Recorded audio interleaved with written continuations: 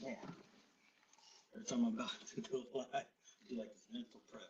It's freaking nerve wracking for just talking to yourself early in the morning and shit.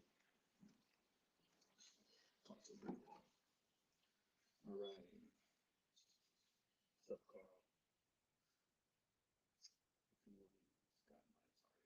Got if anyone is interested in the Atari, yeah, post that shit up. Hell yeah. Bored.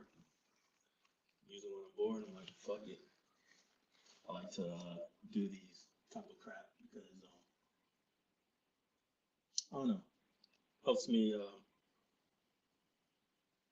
trying to find my words to have a better public speaking. Sound hard to hear?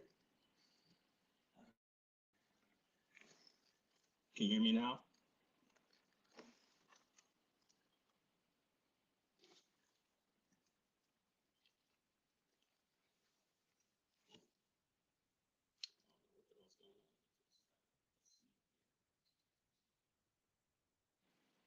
Mood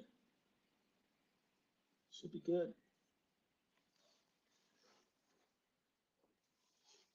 Anybody give me some feedback from Carl? If you can hear me or not?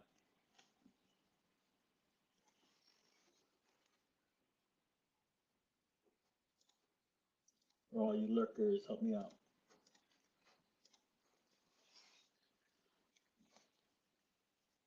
Still low? Let's try this. Can you hear me now better?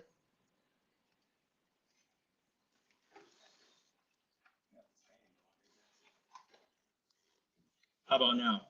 Maybe I should just speak up louder. Does that work better?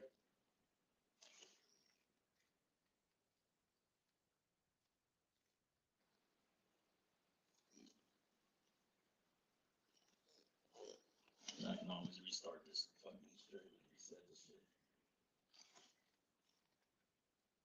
All right. I just had to speak louder. I probably was just muttering. Man, what a fucking week. And what a year for this crap. A lot of stuff has happened. We got what the At Games pinball, who to me is still fucking doing their bullshit, shady crowdsourcing. Hey guys, get this freaking Adams Family. This is the only time you're ever gonna see this product at this price. You'll never know when you're gonna see another one again. And then every other fucking week, a new pinball is coming out. I don't know if y'all remember, but I got, I got receipts for anyone who upgraded to the upgrade boards for the ALU 4K. You were refunded your product money back. They gave you a promissory email stating that you would receive it, the new, you'll be first in line and you will receive your new At Games 4K pinball before December 31st. Then you had the fiasco of Arlene basically calling them out, saying that they will not, Canada will not be getting the shipments, which is a North American shipment, on time, and she gave us projections. And then people said, no, well, that's not going to affect North America. She stated it will affect North America to include the United States of America. Obviously, she had to edit her post, even though she's head in charge. And then now they keep pushing the dates back because, we have people who are friends of these influencers and sales that talk to people. So I already knew the heads up about the projected dates that they're going to send out. So they pushed it out all the way up to February or end of Jan, Feb, and March, and it just keeps extending. Problem is, if you had they promised, because I got an email and I even did a video on it, that if they change the dates, which they did, they will offer you a refund. So I emailed them and called them out about it. saying I'm no longer satisfied with the date and the product. I would rather either I get refunded or be able to change my SKU for a different product. They told me no, that they're going to try to keep my money. So, fuck you, PK, and fuck you, At Games. I showed my bank the receipts, and they sided with me and gave me my charge back. Because you guys are scum who has a poor ass business model. It's standard. If you put out a promissory on expected dates and you change it, as a consumer, it's just good customer practice to refund it. And then everybody can just walk away. But you don't get to keep somebody's money and then not deliver the product. That's not how the fucking world works.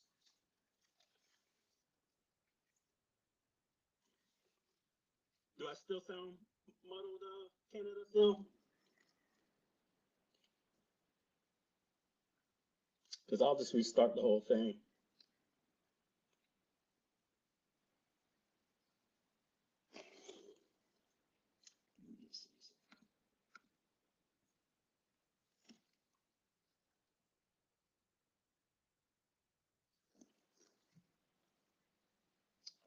What I'll do. Oh, I know why. See, the shit's still on. Hold up.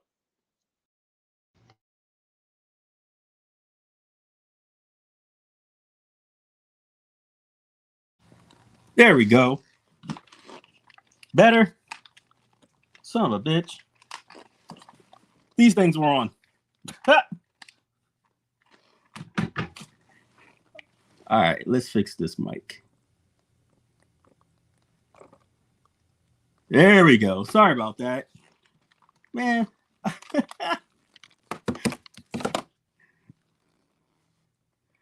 All right. Boy, oh boy. Yeah, so a lot's happening. We got new players in the field. We got Unico. They get releasing their Candy Cab. And then also you have Bash Gaming, who I ended up being affiliated with. And they're releasing their Bash Box. Yeah, go ahead and link it, Carl.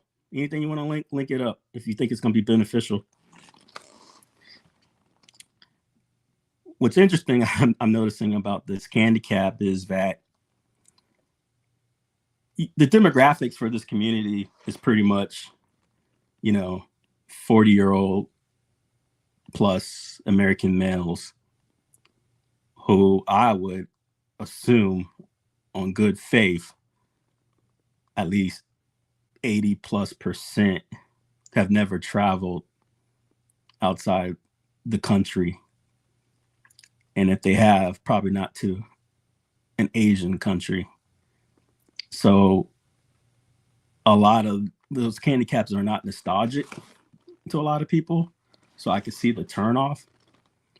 I happen to be able to live and have the fortunate privilege to live overseas.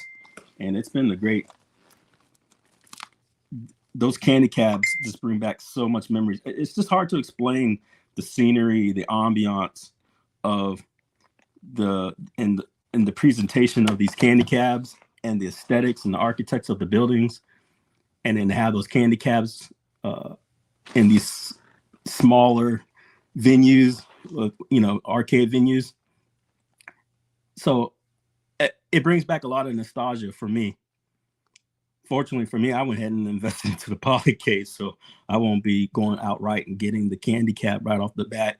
But if it's still on sale by summertime, I'm gonna definitely be getting it. But I do know what I am going to get immediately and pre-order. I'm going to get the stand, the base. I know it sounds silly, but for me, I have a slot machine. What do they call it? Pachislo, whatever. And not a pachinko, but the actual normal slot machine. And it was it's a Cowboy Bebop theme one. So I'm gonna put that on top of the candy cab. So I think that's gonna be pretty cool. Then I'm gonna go for the the candy cap bar top. The chairs, I know people looking at them chairs, probably like, man, them dinky little chairs, and why so much? But once again, if you have nostalgia for these candy cabs, it's because they're identical replicas of the Sega arcade stools that are in those arcades. When I looked them up, they were going for like about $250 each. So I think you get two of them for like $230. I'm sure it's made of similar or same aluminum. So yeah, it's fair price, I guess. But you don't have to get the damn chairs. And then I know Carl, he was commenting in Michael B's stream about not really liking it too much because he's worried about the height difference. I would say to that, Carl, is that before you judge, get the facts. You know, have you seen anybody who's tall sit down at one? Have you asked around? You know, how tall is 19K or Haywood or Moat that owns these things that, you know, I think like these items. Those are tall dudes. I think they sit down just fine. When I was overseas and seeing the people, there are people taller than me. I'm 5'9". So I would say, you know, they were like 5'11", 6 foot. And I didn't see an issue at all sitting down. JLS Gaming, shout out to JLS. He's been very supportive of myself, Dom, and Prince. He's been a great mentor. Everything. Oh, what's up? And speaking of the man, what is up? How you doing? What up? What up? Oh, yeah. My bad. The little bit of a delay and no, everything like that. Yeah, what I was hearing you. My bad. I was hearing you and what you were saying. Yeah. As far as like in Asia, right? You telling no lies, which is crazy because you think Street Fighter has Sagat and Sagat's so tall, right? So they got like that real extreme, but everything out there, you know. And I'm especially in my younger days, right? Before your spine starts contracting, you know, I'm 5'11", and I went to Bangkok. Pause. Right, I went to Bangkok, Thailand, and they had a robe. I went to I think it was the Shangri-La Hotel. They had a robe there for me. They had slippers, and man, I'm only a size 11 foot, and my foot was hanging off the slipper. You know what I'm trying to say? So it's hanging off the robe.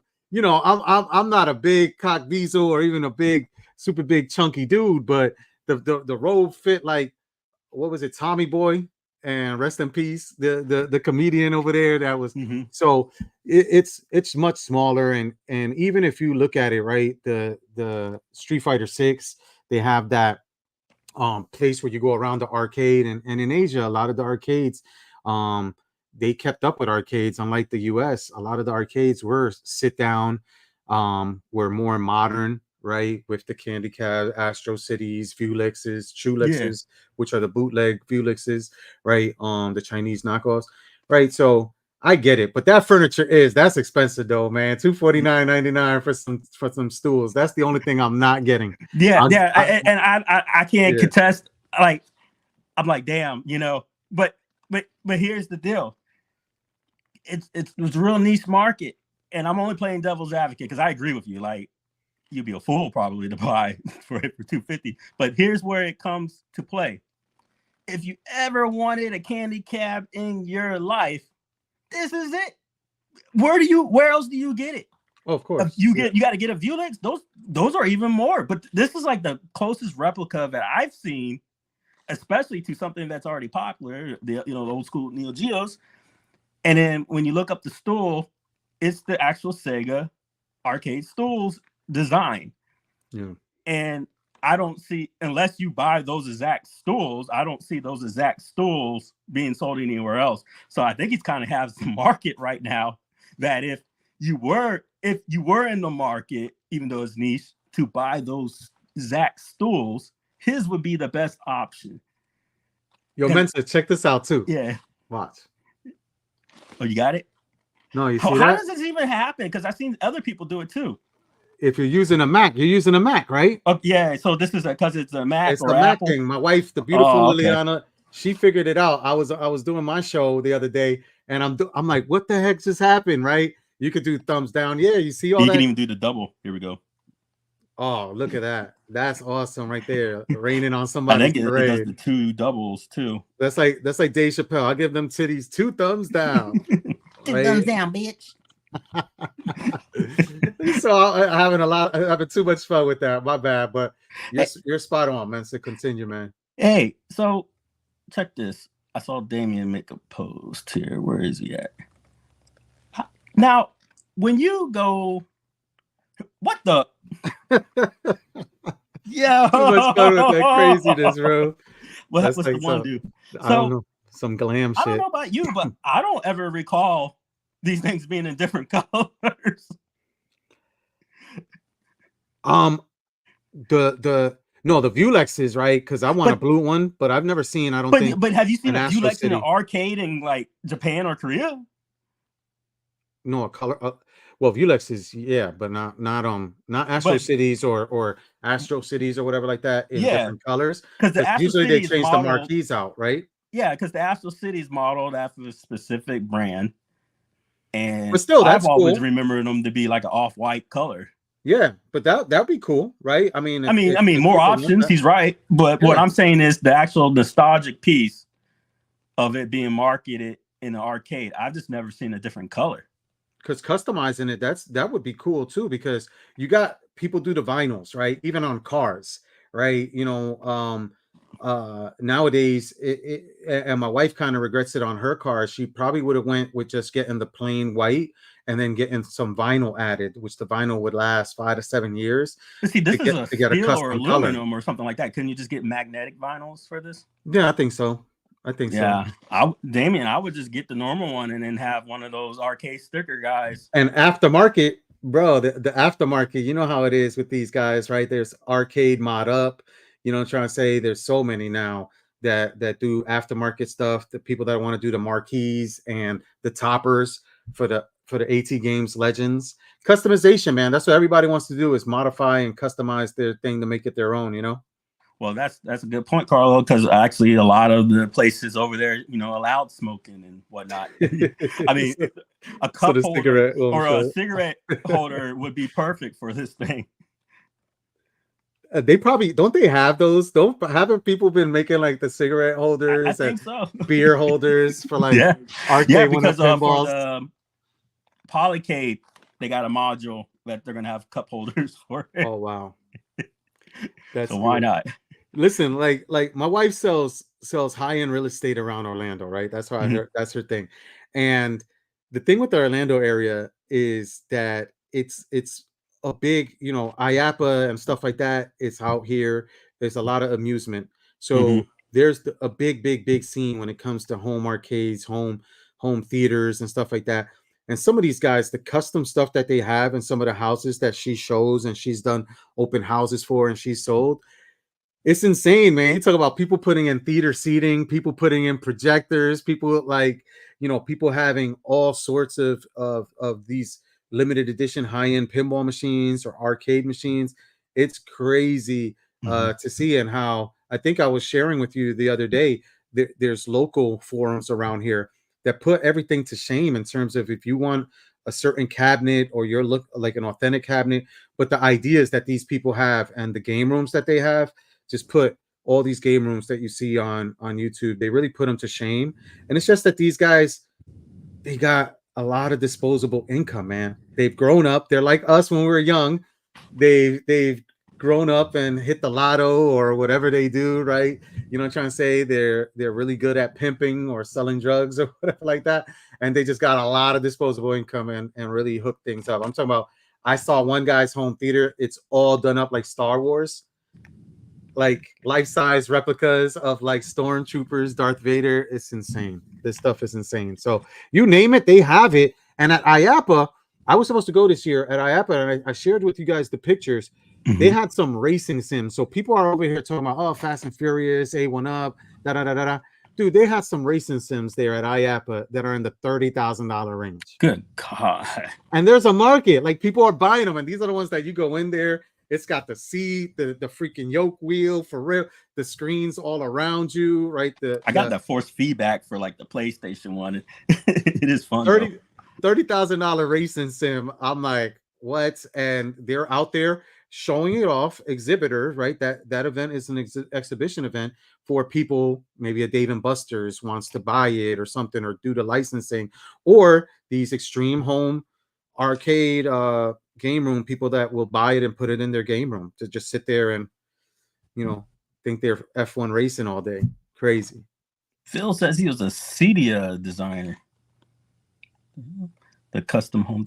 So for those who don't know, this is Will LaSalle. Cydia was those programmable, Canada Phil. Cydia was those programmable, like multifunction remotes or whatever like that, right?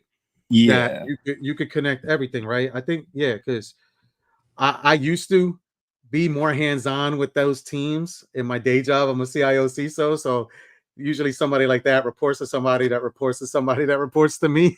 But I used to be more hands-on with a lot of AV in casinos and stuff like that. So my guys usually would tinker with all that stuff and show it off to me. That's what's up. For people who don't know, this is Will from JLS Gaming and his lovely wife Lily. And then I was on their show. Oh, you got that's the boxy one. Nice. The box. And it is called the GG Retro Box. And you said your daughter was designer for this, right? As far as like this is her thing. Yeah, she just turned 16. It's an entire platform, right? I don't want to shill it on your show, man. You know what I'm saying? I was actually, so I'll just give it a 5 second. You came on, yeah, I was going to talk about this. Yeah. I didn't even know he was showing up. This is off the cuff.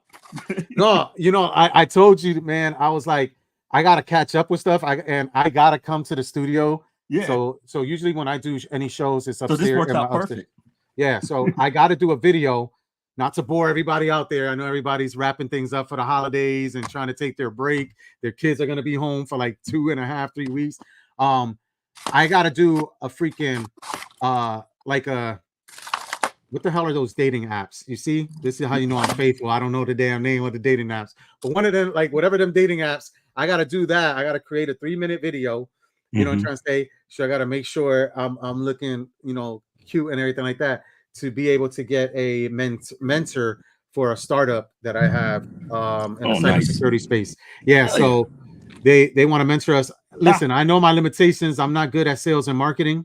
My wife said Tinder, so I don't know if to be scared or hope that she just Googled it and not find out that she has a Tinder profile out there trying to replace me, man. But anyway, so yeah, so I've been doing that. So I've been in the studio, so I'm like, I know all the time when you go off the cuff, I'm like, I stay in the audience, but I'm like, dude, I got some time to kill. My wife's got to go. I'm home. So I got some time to kill, but I appreciate I'm glad you got the box. The second boxes, that's box 1, the box style. The second boxes went out last week as well, right? You won one on our show. Someone else, little one, won another box. She got a box 2, which that has super awesomeness. And show him that cool character, man. That's my grandson, by the way. That's my grandson. Awesomeness. Because we all know how Nintendo likes to copyright strike anything. So his name is Awesomeness. It's spelled AWESOME. I'm not a spelling bee champion. NES. And if you look at him, he's an old school Nintendo Entertainment System chibi robot.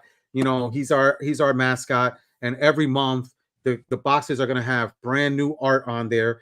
The boxes themselves are collectible. You know what I'm trying to say, Mensa? Yeah. We're up to box 2. Box 3 happens in January.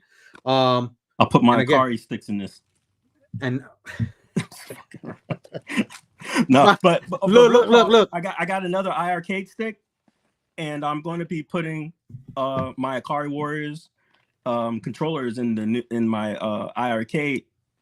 New IRK panel that I just got yesterday from Jeff Beachy. He's selling the storage unit. Yeah, and then I'm gonna so when Glenn's Viper comes through, I'm basically got a Akari Warrior theme IRK Viper board. So because the stuff is quality, man. I know you got yours. Yeah, the stuff is I like quality. it. And I know I said it beats crocheting and stuff like that. I know the box. Listen, I know there's been stuff out there. The box is sturdy. It can handle these beasts that play, but still. So for people who don't know, Glenn's been getting a lot of shit because of the box. See, but see, people aren't thinking outside the box. He's a STEM guy, okay? And because of that, the controllers, you're just going to receive the joystick and the buttons, you know? So he's like, you know what? I got an idea, and it was a genius idea. Why not repurpose the box? You know, so it's recyclable. It is, yeah. So it's up to you if you want to use it. I think for me, which I told him, I said, because that was brilliant. It's a STEM move. I love STEM. I advocate for it. I got my own. It's when people went around and they were shilling so hard. They were like, hey, it's just as good as wood. And I'm like, no, stop. No. Like, I love the product, but don't be stupid. Don't take us for fools.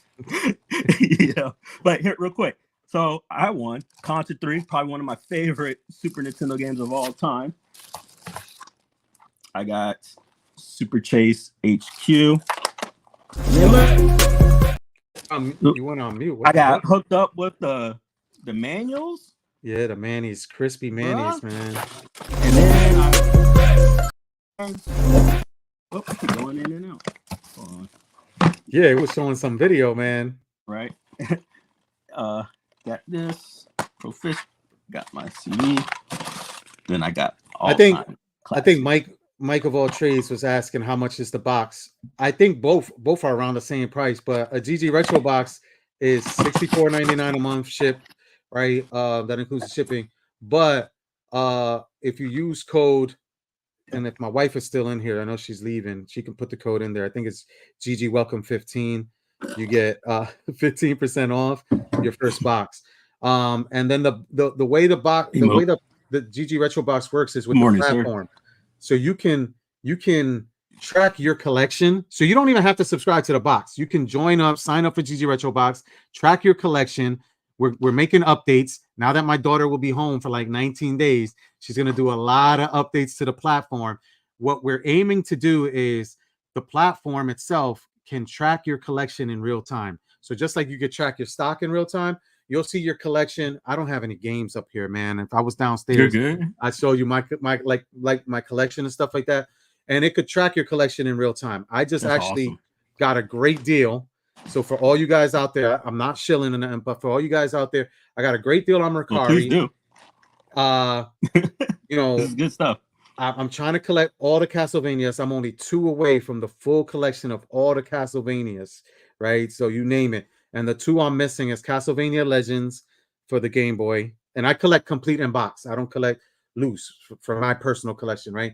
And Dracula X for the SNES. So those are the 2 I'm missing. They're both like probably $750 to $900 in price charting. But I got a great deal on Mercari. And that's the stuff. You can track your collection as you get games on your own, right? Or if you get games in the subscription service, you'll track your collection in real time. You can even put how much you paid for it, like stocks, right?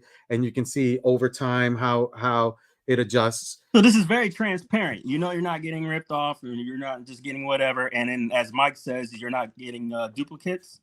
Yes, you don't exactly, Mike. I'm sorry, I missed that. You don't get any duplicates. Oh, my beautiful wife was home and brought me. So like I just copied. Say hi and you put it right there. Hey, how are you? I covered her face.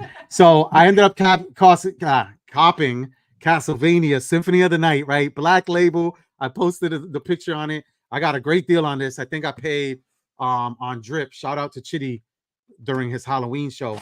I paid like $95, right? But it's worth probably like $125, $135 or something like that. So in the platform, and you can use your phone, you can use your desktop, you can type it in, you can scan it, you can use the OCR from the phone, you know, recognizing the barcode, and track your collection, import your collection. We're working on some stuff to import, export. And again, I don't want to be shilling on your show, but we're working. You got me excited. That's the only reason I'm talking about it. It's off the cuff. And this is box 2, guys. So this is Awesome NES's bigger brother, right? Super Awesome NES. And guys, this is his daughter's project. Like, what you're doing for your family and teaching them, I mean, this is good stuff, man. People don't, a lot of people don't do this or, show equity or, you're building an empire. I love it, man. I love It's every moment. STEM, like you were saying. That's why Yeah. we love the project. A lot of Glenn's stuff, the little mini arcade. Mhm. Usually what I used to do, but now that my kids are getting older, man, they want to spend time with. They're both teenagers now. My two older ones with my wife, right, 16 and 14. So when they were younger, though, every time Christmas break, I do a STEM project with them, right? 1 year it was hacking a Wii, using and I think you were hacking a Wii recently, right, with your kids, right? Or you're about to start. So we were using that software, whatever it was called, the bomb exploit, and we're working on it together with the SD card and then whatever the CIOS is, and we're doing these projects together. I'm trying to say, to sit there and hack a Wii and all that stuff. And then once we're done, they go in there and they can play it, playing the Mario Galaxies and all that stuff. Another year we did a RetroPie. Shout out to Woofanos, our very first content period with JLS Gaming was a RetroPie Raspberry Pi tutorial with a Woofanos image. And he was kind enough, right? We probably had like 10 subscribers. He was kind enough to we shouted him out, we gave him props, and he went in there and commented on it. And so we're real cool with Woofanos now, man. Every time we see him on Glenn's stream or somebody else's stream, it's all love between us. But that's what I like to do with up and coming creators, right? Is give them, an audience, give them props and stuff like that. Because I remember when we were up and coming. Yes. And I keep receipts, man, just like you, man. Yeah. So I keep receipts, right? A lot of up and coming, we're up and coming and we're reaching out to people that didn't show us love, man. You know what I'm saying? I'll mention the people that did show love, that are big channels that I'm like, wow, right? Mad Little Pixel, awesome. You know what I'm trying to say? Angry Video Game Nerd, awesome person. He was so awesome to my wife and my kids and everything like that at events. You know what I'm trying to say? Those are some of the bigger channels that really, a lot of the ones remain nameless, right? Radical Reggie is awesome as well, right? A lot of them will remain nameless, but there's people that I reached out to that we've since passed up in subs that are like, oh, or they want an appearance fee, you know what I'm trying to say? And it's like, dude, I could go on your Patreon, and I've done this, guys. I've done this, and people are hypocritical with their Patreons, man, where, oh, for $50 a month, I'll give you a shout out on every video. I'll do this, you know what I'm saying? For $100 a month, I'll give you a reach around. And they don't do it.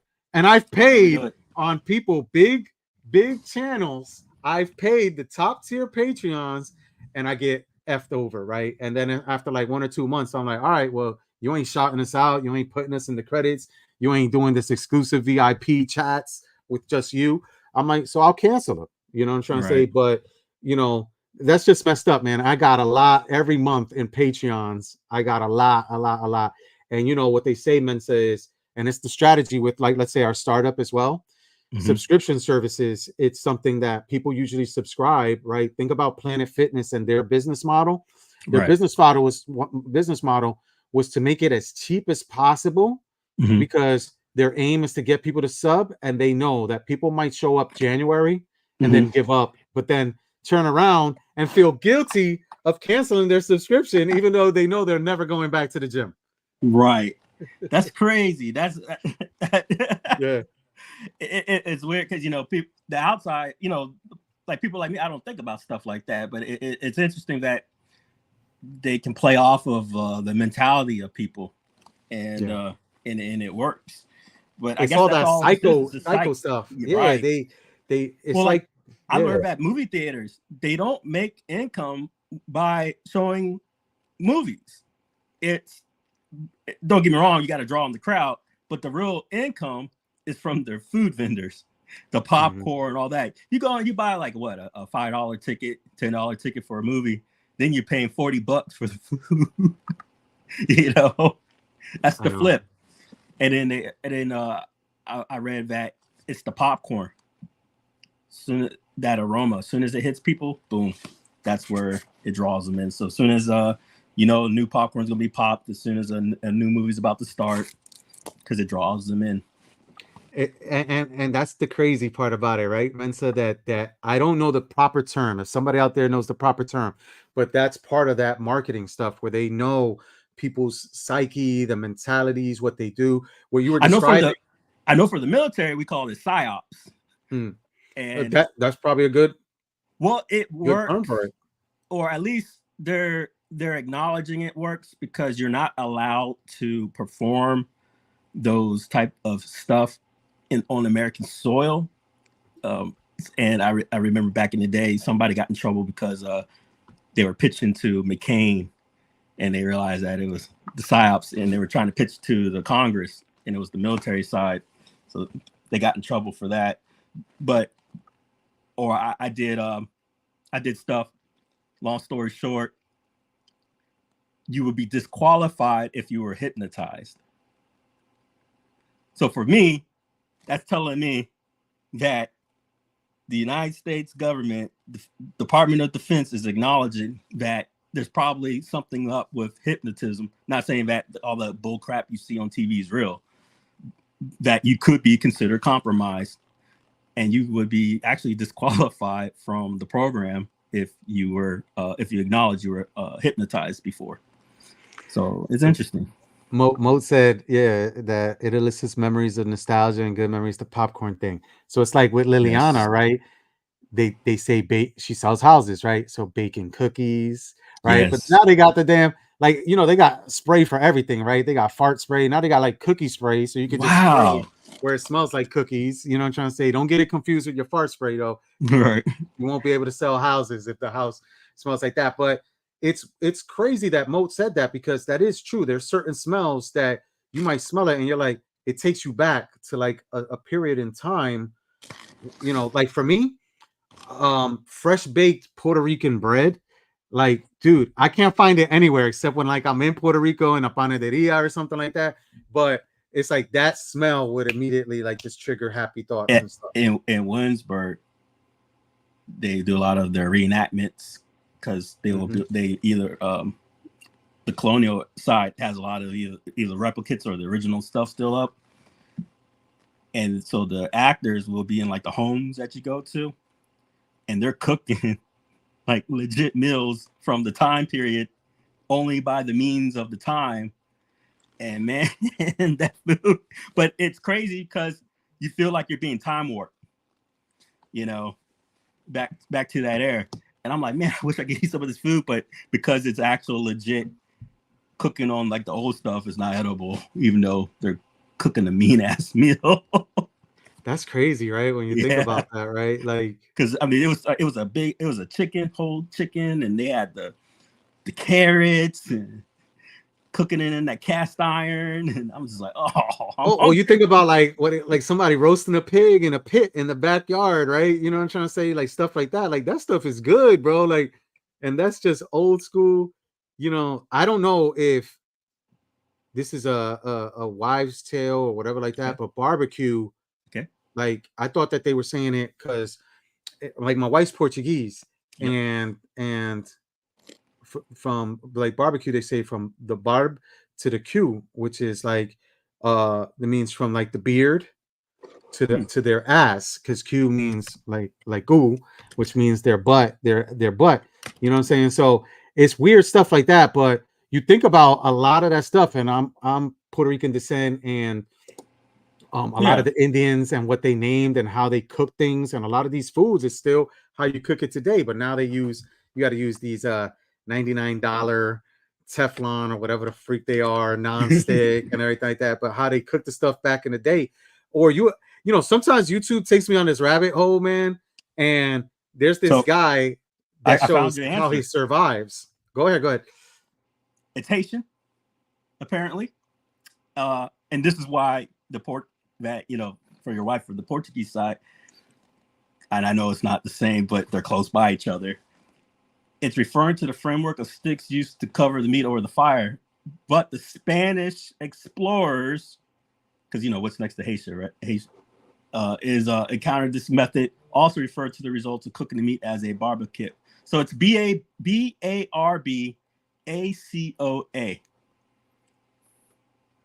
And that's the original. And So it got that's just interesting stuff, so man. the Spaniards, what do you call it? Damn, I don't know. Like basically acknowledge the dialect? word. Yeah. And it's been used since, but it's originally Haitian.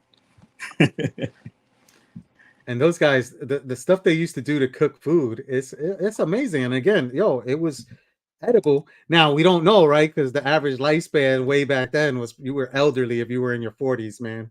You know what I'm trying to say? Mm-hmm.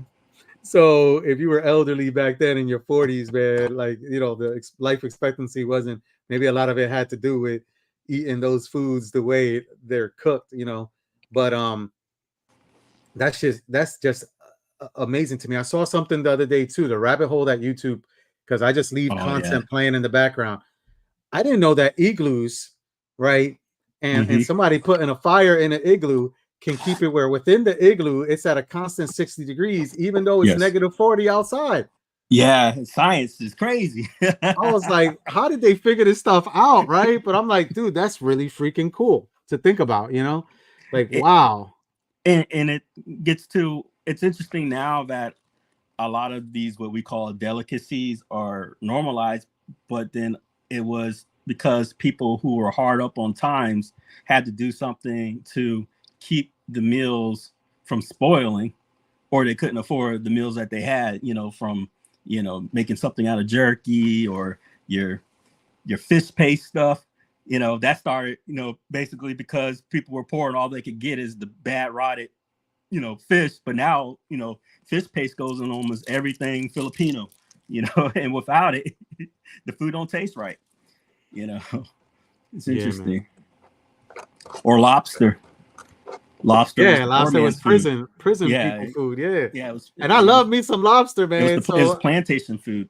I think it's great, man. I tear me up a lobster roll from but now look, something that went from plantation food that you would only give to poor folks is now almost like off the market for people if you don't go and farm it yourself or fish it yourself. It's interesting how that flips. It's so expensive unless you catch it on a deal, you know what I'm saying? And my wife makes she cooks great or whatever like that, but being busy and everything like that, we gotta eat out a lot. So I like Cousins Maine Lobster. You got one anywhere around you? Never heard of it actually, so I'm gonna say no. No, so I first had them in Atlanta when I used to go to Atlanta at least 2-3 times a year for some conferences. So right by the Lenox Mall, they actually have one attached to the Lenox. Is it Lenox Mall? Anybody out there in Atlanta, my apologies, but it's by the Buckhead, and I think it's called Lenox Mall. And anyway, they got a Cousins there, and I had it because I seen them on Shark Tank, right? And I had it, and I was like, oh my gosh, but it's expensive as hell. It's like, dude, I think it's like $20-something, $26, $27 for a lobster roll. Like that's it. Like you want a soda with that, another $3. So and it's like, what is it? It's like, and then they have food trucks. So it's food truck food too, right? So they'll have food trucks and they have the locations on YouTube. I mean, on Facebook where they're at. So sometimes I'll go and it's like, bro, you go there and I pick up a lobster roll. My wife might get the lobster brisk or whatever like that. Yo, it's $100 and something to get food from a food truck, man. That's crazy. For lobster. Now these food trucks are starting to become elite. Like, like Gordon Ramsay level stuff where like, they got lines. And if you don't get there on time, forget it. Versus, I grew up in the hood. You get some Chinese food. I used to get my go-to, you know what I'm saying? And anybody out there right now that knows, my go-to was 4 chicken wings and rice, man. 4, right? Because I grew up in the hood. So we said 4 chicken wings and rice. Yeah. And but you get that for like $3, $4. And again, I'm not trying to date myself with the age. You probably still go into the hood and get 4 chicken wings and rice at a Chinese restaurant for $5, $6. Well, $27 for a lobster roll. There was one that closed down in Portsmouth area, and it was sad because they were the last of their kind. And what I mean by this, I'm gonna get to it, is that there's no other person that knows the recipe.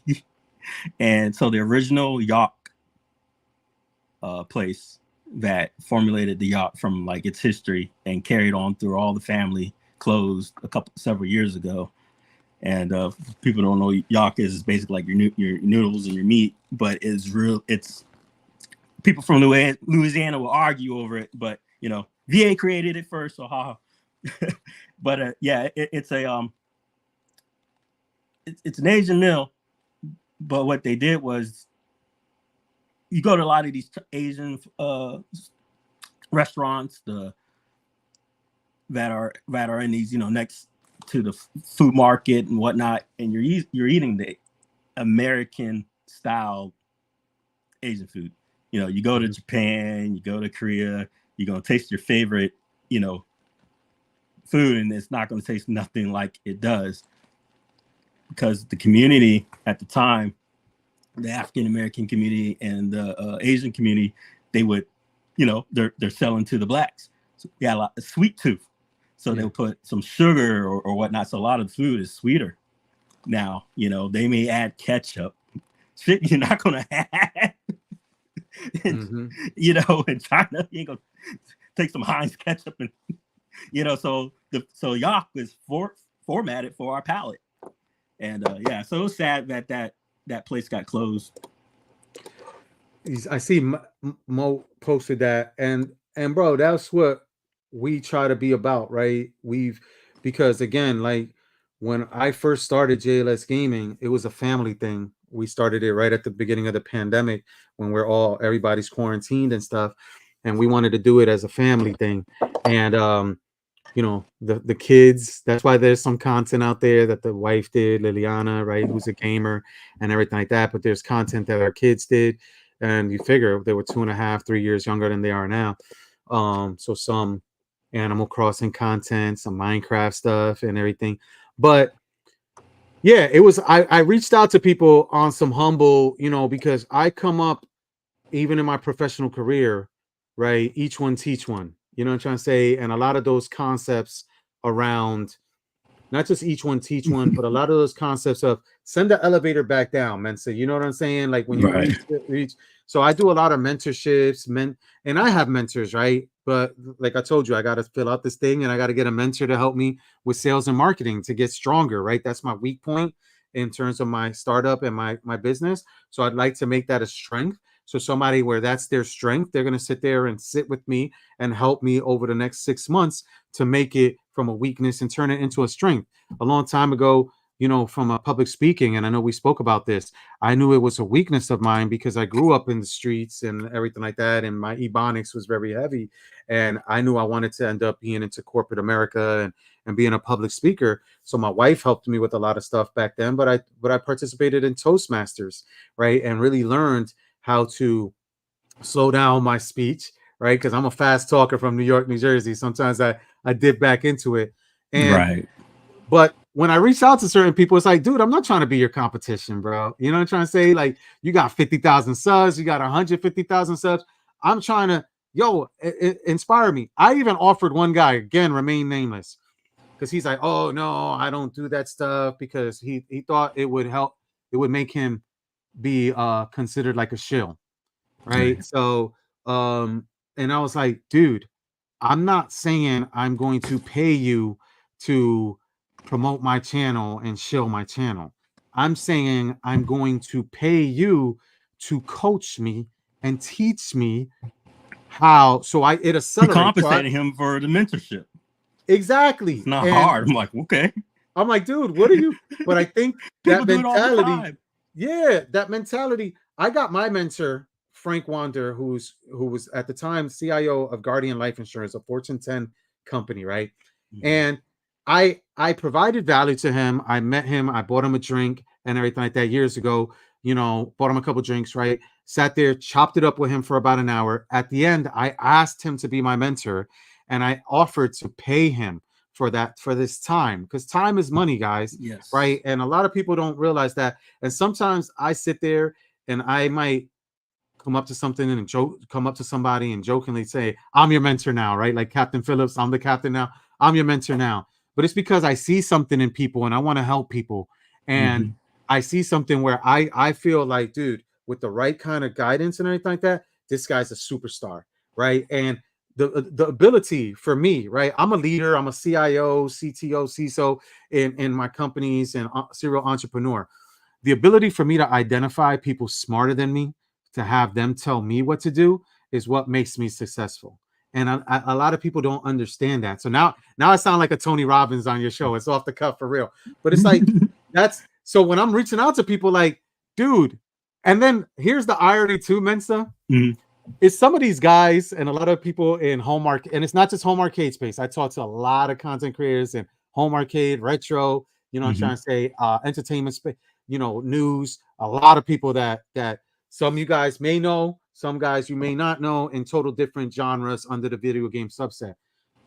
A lot of them work in IT. And it's like, I'm your favorite CIO's favorite CIO, right? Like I'm globally recognized as a top social CIO in the world. I'm top 100. Like, you know, I'm very good friends with a lot of senior executives in IT and cybersecurity. And it's just like, so they'll tell me, oh yeah, I'm help desk for this company over here, but I got a successful YouTube channel with like 25,000 subs. And I'm like, dude, I can help you in your day job. You can help me and my wife and kids and what we're trying to build. And so we can accelerate our learning around YouTubing and platform and all that good stuff. And they don't see that. They don't see the forest for the trees, right? They think and I'm like, okay, you know, and that's where my mentality is, dude, you know, help people. Don't do this gatekeeping stuff. There's people out there. Don't put yourself on a pedestal, man. Like I said, I know people with millions of subs that are off YouTube, right? That they sit there and go, YouTube, I'm off that. You know what I'm trying to say? I've moved on to bigger and better things. You know what I'm trying to say? I know people like with play buttons galore and everything like that. I know people with play buttons that are on my payroll in one of my companies. You know what I'm trying to say? That their full-time job is working for me in one of my companies, right? And again, totally separate from YouTube, because at the end of the day, man, if we all help each other, and I forget the quote, right? You might know it better than me, Mensa, because I think it's more like a maritime Marines type quote, but it raises all the ships, right? So if we help each other, you know what I'm saying, that raises everything. If we create, because what a lot of people don't understand is video games as an industry, especially during the pandemic, this was eye-opening. The biggest acquisition that Microsoft ever did, Microsoft, a company that's been around a lot longer than a lot of us, even in this chat right now, right? 40 something, almost 50 years, right? The biggest, a rising tide raises all ships. Yeah, Mo hit it on the dot, right? Yeah. All right, on the whatever, on the dot. I said dot, so I used another one. But you see that stuff, right? Yeah, we got to give that to the heavy metal, you know, Ozzy Osbourne love stuff to Mo. But that kind of stuff, what it ends up doing is we help each other. The industry is growing. During the pandemic, video games was made more money than sports and entertainment combined. Entertainment, which includes movies and music, and sports, which includes soccer like all Twitch over is the like world. The number one, right? Like it beats out cable and shit now, right? Dude, it's crazy, right? The biggest acquisition ever was the acquisition by Microsoft, right? The video game industry is projected to grow. Everybody was complaining about this antitrust. It's beating porn. Everybody was complaining about antitrust. So video games. So when I tell people, I'm like, listen, in my second career, I want to do 3 things in my second career, right? Because the death of Kobe Bryant, rest in peace, affected me significantly. The 3 things I want to do is music, cannabis, and video games, right? My passions when I was a kid.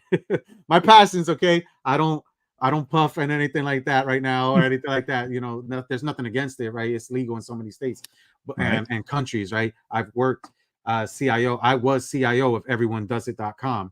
If you guys visit them, and they do bongs, grinders, e-cigs, all that stuff in support of cannabis industry. And they got acquired by a Canadian organization. But people don't understand. They think games are games. They think video games is games, and they don't understand how big of a business it is, how big of a pie. That pie is just getting bigger and bigger and bigger. Microsoft's strategy and their acquisition of Activision is a very telltale sign. Look back at it in 2035. Yeah, guys. TV shows, movies, toys that you could do off of these video games, which they're doing. Which they're doing now, which properties, which that's why Nintendo will be the next Disney. Good. Nintendo will be the next Disney. Yeah. because they've worked on their IP, and you know Disney really exists completely off of innovative uses of IP, right? I heard Sony is doing a live action of Zelda. I think that's like one of those like confirmed rumors. Yeah, don't get me started on that though, man. Because Yeah. that's the crazy. What are people's thoughts in the chat on the live action Zelda? Because my thing about it is twofold. How are you going to fit in an hour and a half to 2.5 hour movie any Zelda game at all? Explain that to me. Explain how you fit it in an hour and a half, 2.5 hours. I think they will have to go off to the original Zelda theme, which he was 8 years old. So you got to get an 8-year-old. You know, my 9-year-old can't walk around with a shield and a damn sword and a boomerang. So I think they should have kept. I think they're going to make him like a teen adult Link. So like, what story? And again, I'm a huge. So I told you, Zelda and Castlevania are my two joints, right? I have every Zelda. I have every Zelda CIB. Period. But y'all and Mike. Yes. What the heck? You know what I'm saying? Wouldn't it be funny if that's the running theme? That would be tough to even write. That would take forever to write. Like, there's been a couple movies that I'm only doing the bullcrap devil's advocate. There's been a couple movies where my favorite, the guy didn't even speak. Soldier. You ever remember that one? It was like that has to be. And he spoke like maybe 4 times throughout that movie. That would be Oscar winning. Like if a 16-year-old can just convey an entire movie that's the main character with just facial gestures, hand gestures. Have you ever played that game ICO?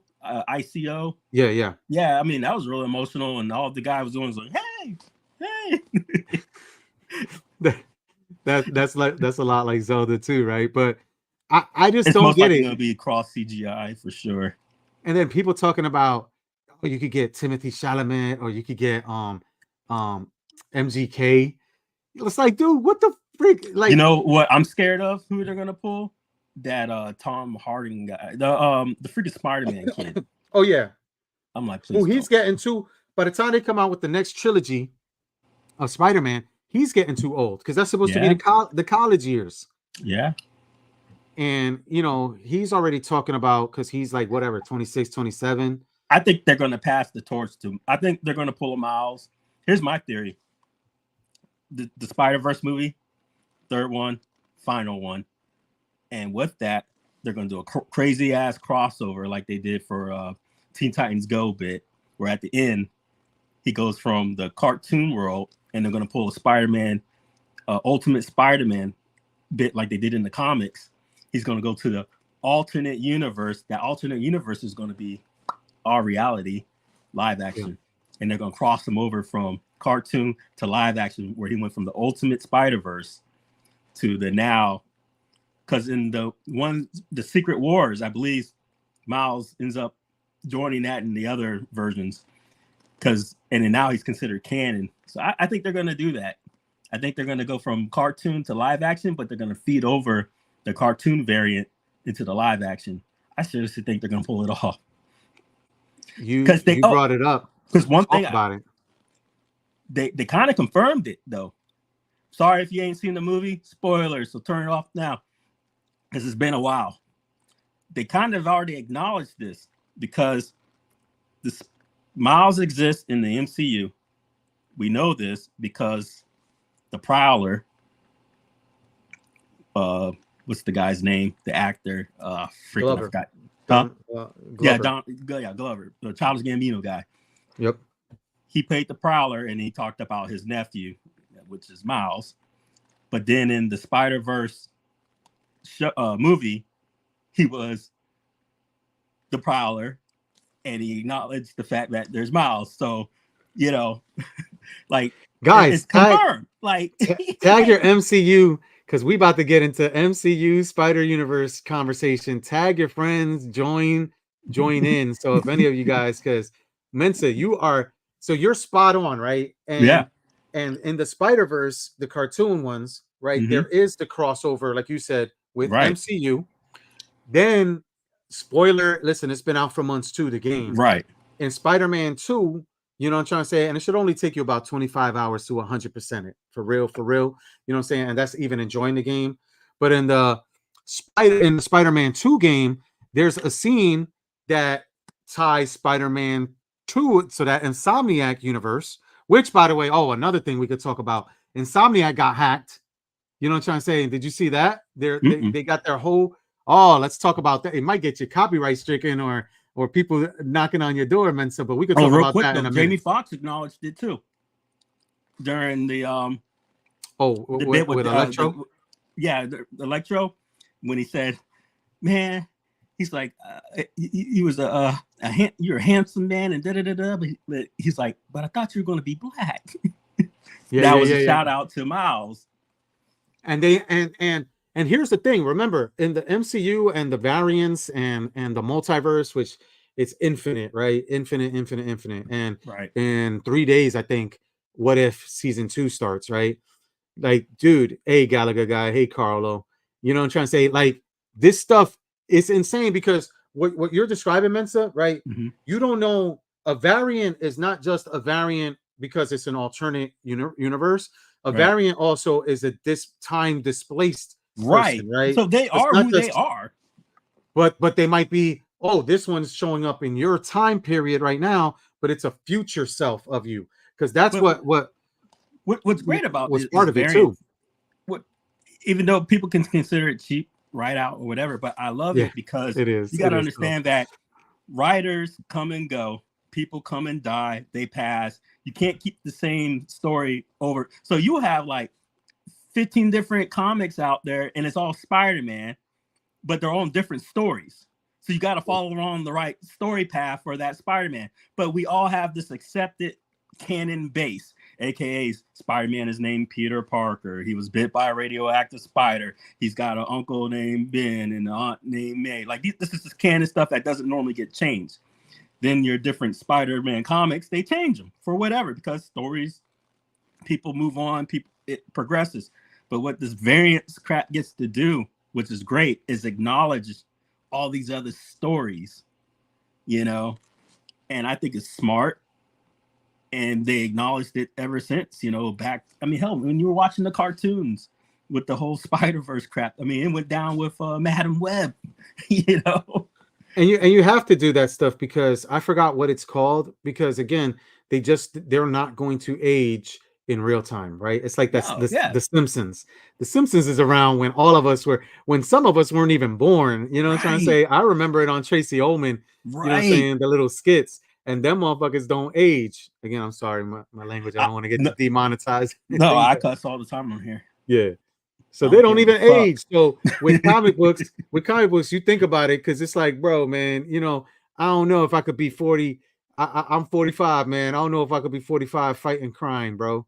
You know what I'm trying to say? Pulling off some Batman shit. You know what I'm saying? I don't know if I could be doing that. So you gotta de-age them somehow. Speaking of Batman, that aging story went well, I think, on Batman Beyond.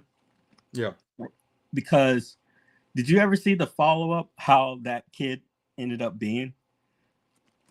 Amanda Waller set this whole shit up.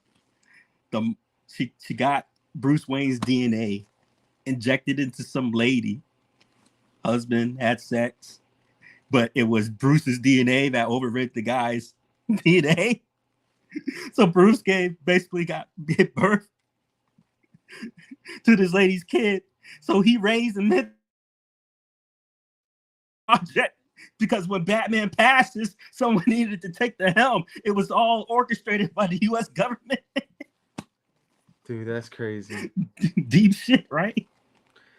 I'm like, yo, and that's why I'm actually a DC guy more than I am a Marvel guy, because I thought DC handled the story maturity better than Marvel. I get it, Marvel, Spider-Man, but for me, man, the writing of the DC comics is just like, well, I mean, look at their animation. It kills.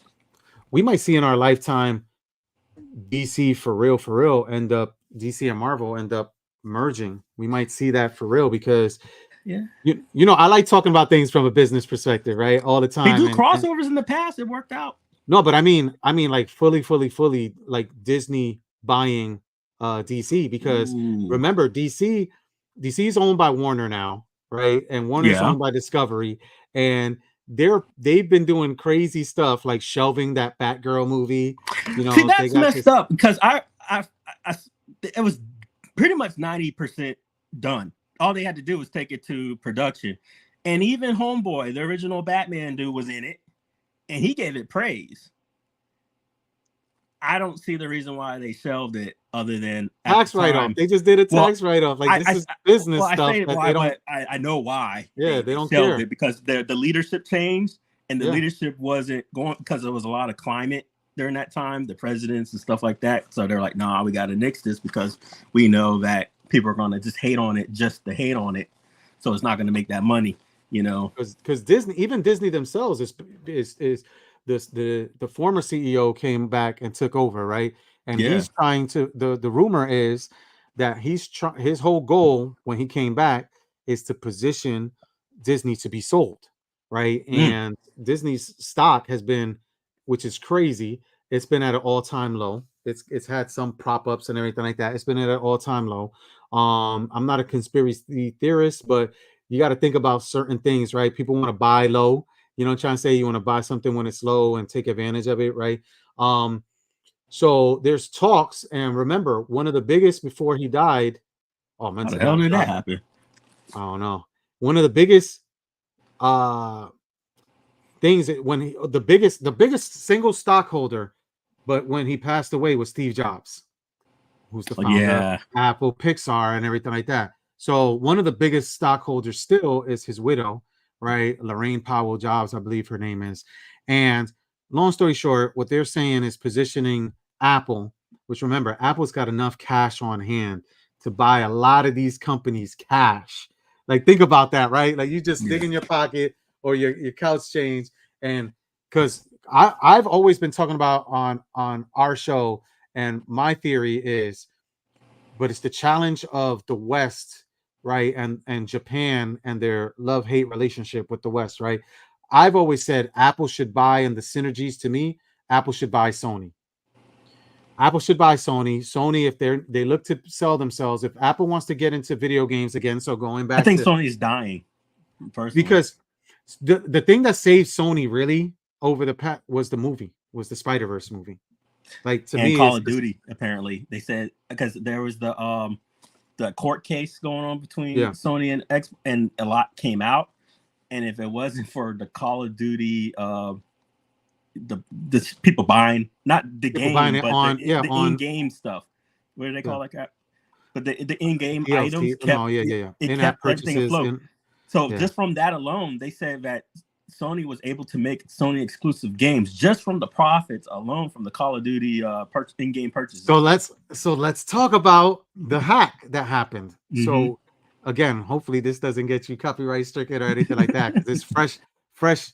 So a hacking group hacked Insomniac, which you know is part of Sony. And if you guys know, one of the biggest things with Sony was they keep getting freaking hacked. They had the PSN hack, I think a few Christmases ago, right? Yeah. They had that big hack where they found out. I'm getting all these phone calls too, man. My bad. So I'll drop shortly, man, and return some of these. But they got this hack where people revealed, right? I forgot who it was, where women were getting paid less than equal stars in equal billing in movies, and all this crazy stuff. And it happened. A lot of people were saying it was Korea because of that movie where they were doing, I think it was called The Interview or something like that, where they were poking fun. Seth Rogen, and they were poking fun. So anyway, a hacker group hacked Insomniac and basically revealed their entire roadmap to 2035, including budgets for their games. So to say what you were saying, man, says so right now their budget for Spider-Man, for Venom. So the next game supposedly coming out next year is Venom.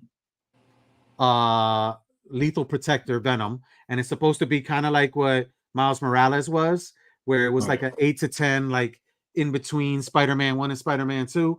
So Venom Lethal Protector will be in between Spider-Man 2 and Spider-Man 3. Supposedly Spider-Man 3 is going to be in 2 parts, kind of like Final Fantasy VII Remake. It's like 3 or 4 parts. And each one of them has a $120 million development budget, with $30 million of it being marketing. Jesus. So think about that. Video games having budgets bigger than a lot of freaking movies. Because we were talking about this the other day, and for you guys that saw Godzilla -1, I've been hearing great things about it. I love those type of movies. They made it on a $15 million budget. Meanwhile, Godzilla Kong 2, I believe, right? That has a $200 million budget, right? Between marketing and production. So, and people, they're killing it with this Godzilla -1 movie that was done, and they're singing so many praises. It's gotten nothing less than a 95 score, I believe. And that's amazing. And that just shows you that you can do stuff. But yeah, they got a $120 million budget per game. You see that? You got the great highlights there.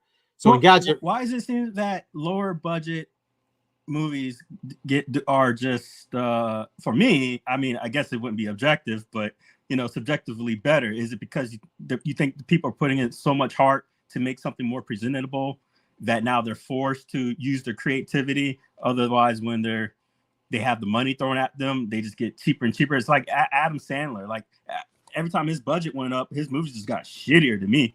Just give that man $15 and I'll be laughing through the movie. And then he gets these $100 million movies like Click and crap like that, and it's just dookie. That.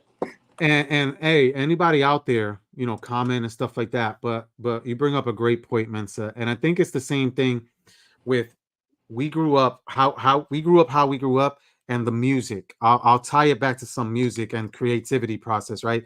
The music that we listened to from artists back then, right? It was that hunger. It was that I'm making $1 out of 15 cents. When you give somebody all this extra budget, they get fat, right? They sitting there saying, "Oh, we got big budget. I'm gonna get this big superstar, and I'm gonna use it, and I'm gonna spend it in this manner. I'm gonna spend it in that manner." So I think what it ends up being, what it boils down to, Mensa, is like, and you were describing it with food earlier. We were poor growing up, so we used everything on a chicken. We used everything on a pig. You know what I'm trying to say? Yeah, exactly. We did this because you get extra creative. So when you got creatives who already their minds think differently and they're hungry and they got that hunger, they put out fantabulous shit. But then when you get fat, dumb, and happy, and I'm a Wu-Tang, rocking the yellow, I grew up on Wu-Tang and everything like that. I can't listen to 55-year-olds rapping about selling crack 35 years ago. I listened to their music from 35 years ago when they were hungry, when you can feel it, when you can. But I can't sit there. They 55 years old, man. Go get a colonoscopy, bro. You know what I'm trying to say? Like, I can't. Well, like, look at RZA now, right? With crack stories. Come on. Like, see, I appreciate artists because, like, for me, and they don't reinvent themselves. Once they don't, they die off. Yeah, exactly. Like, example, Linkin Park. Yeah. He made it a good point. The Asiatic dude that was the leader of the group, he's like, you will not hear us ever sounding the same.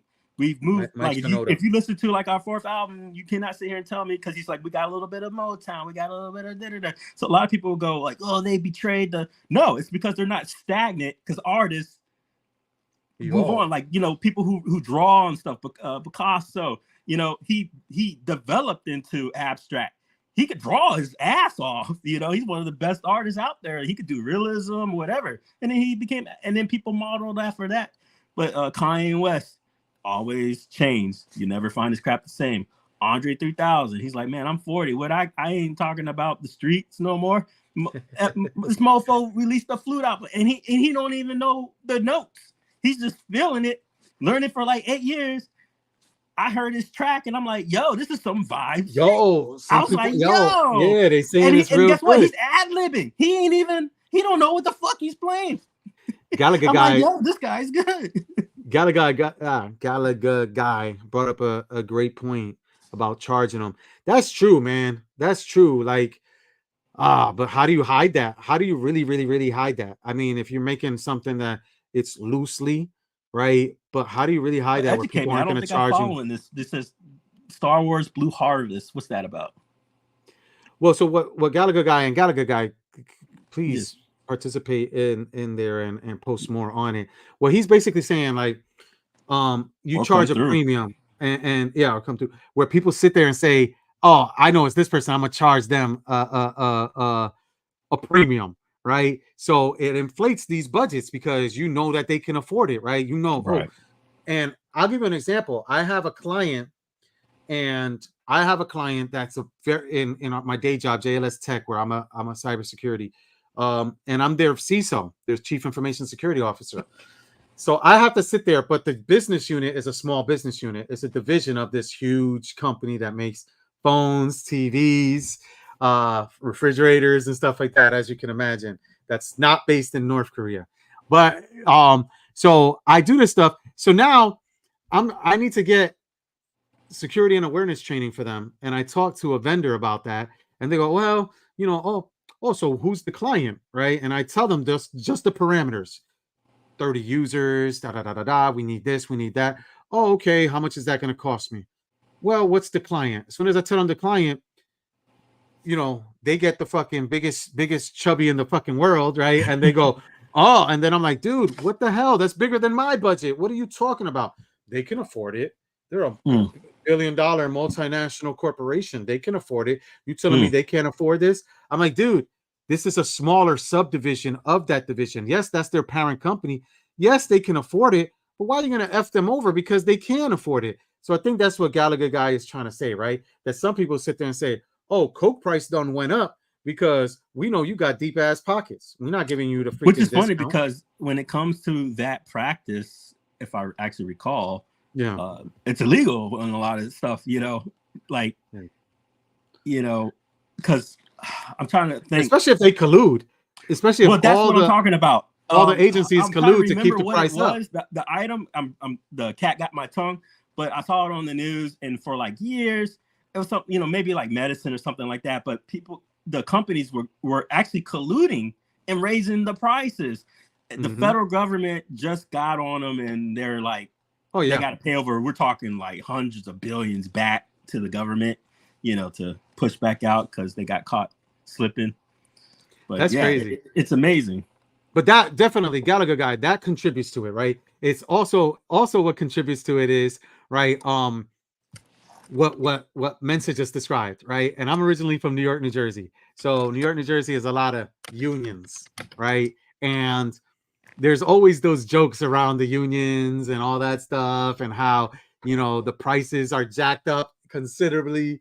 They do less, they don't do anything, and there's always that joke that I'm gonna butcher it a little bit, but that these guys will sit there and they will charge you this much, right? They will collude with somebody else to not bid on that project, because what they'll do is they'll charge this much because they can get that much because of collusion, right? And then they'll give these guys the money to do it, right? And just keep the delta, right? That's so crazy. See, companies colluded. So yeah, that's what Gallagher guy's saying. He's saying exactly what we've been describing, right? And dude, that's true. You know how many houses around here, how many businesses where it's not in that person's name, right? It's in a trust. It's in some weird trust name, like what you were describing as Blue Harvest, and stuff like that. And you'll see that all over, like New York, man. If you've ever visited New York or you've worked in New York, because they're always filming something, and they'll have like the little thing up that says what the project name is, and the project name is something totally different, right? I forgot what Avengers, what their project names was for like Endgame and Infinity War. Yeah, but they've always got like those project names, so you can't tell, and but I like what you were talking about too before with Miles Morales and MCU, man. So yeah, I think it's gonna. That's my big. Have you ever heard of? There's this cheap movie, and it's considered one of like Uganda's like first action movie, and it was just, I don't really seen those like the African made films because they only can work with what they got. Yeah. But it's more. It's like a Bollywood scene. Yeah, because, like the Bollywood. Yeah. They finally embrace the cheesiness of their movies, and some of them are like, "Yo, this is." Some of them are good though. I'm like, some of them are good. You're looking at it, and you're like, "Oh, the action!" And then they up the production and stuff like that. But there was a movie that when I was, and they be killing it with the dancing, bro. So 8 years ago, dance Bollywood. While I was in the service and whatnot, right?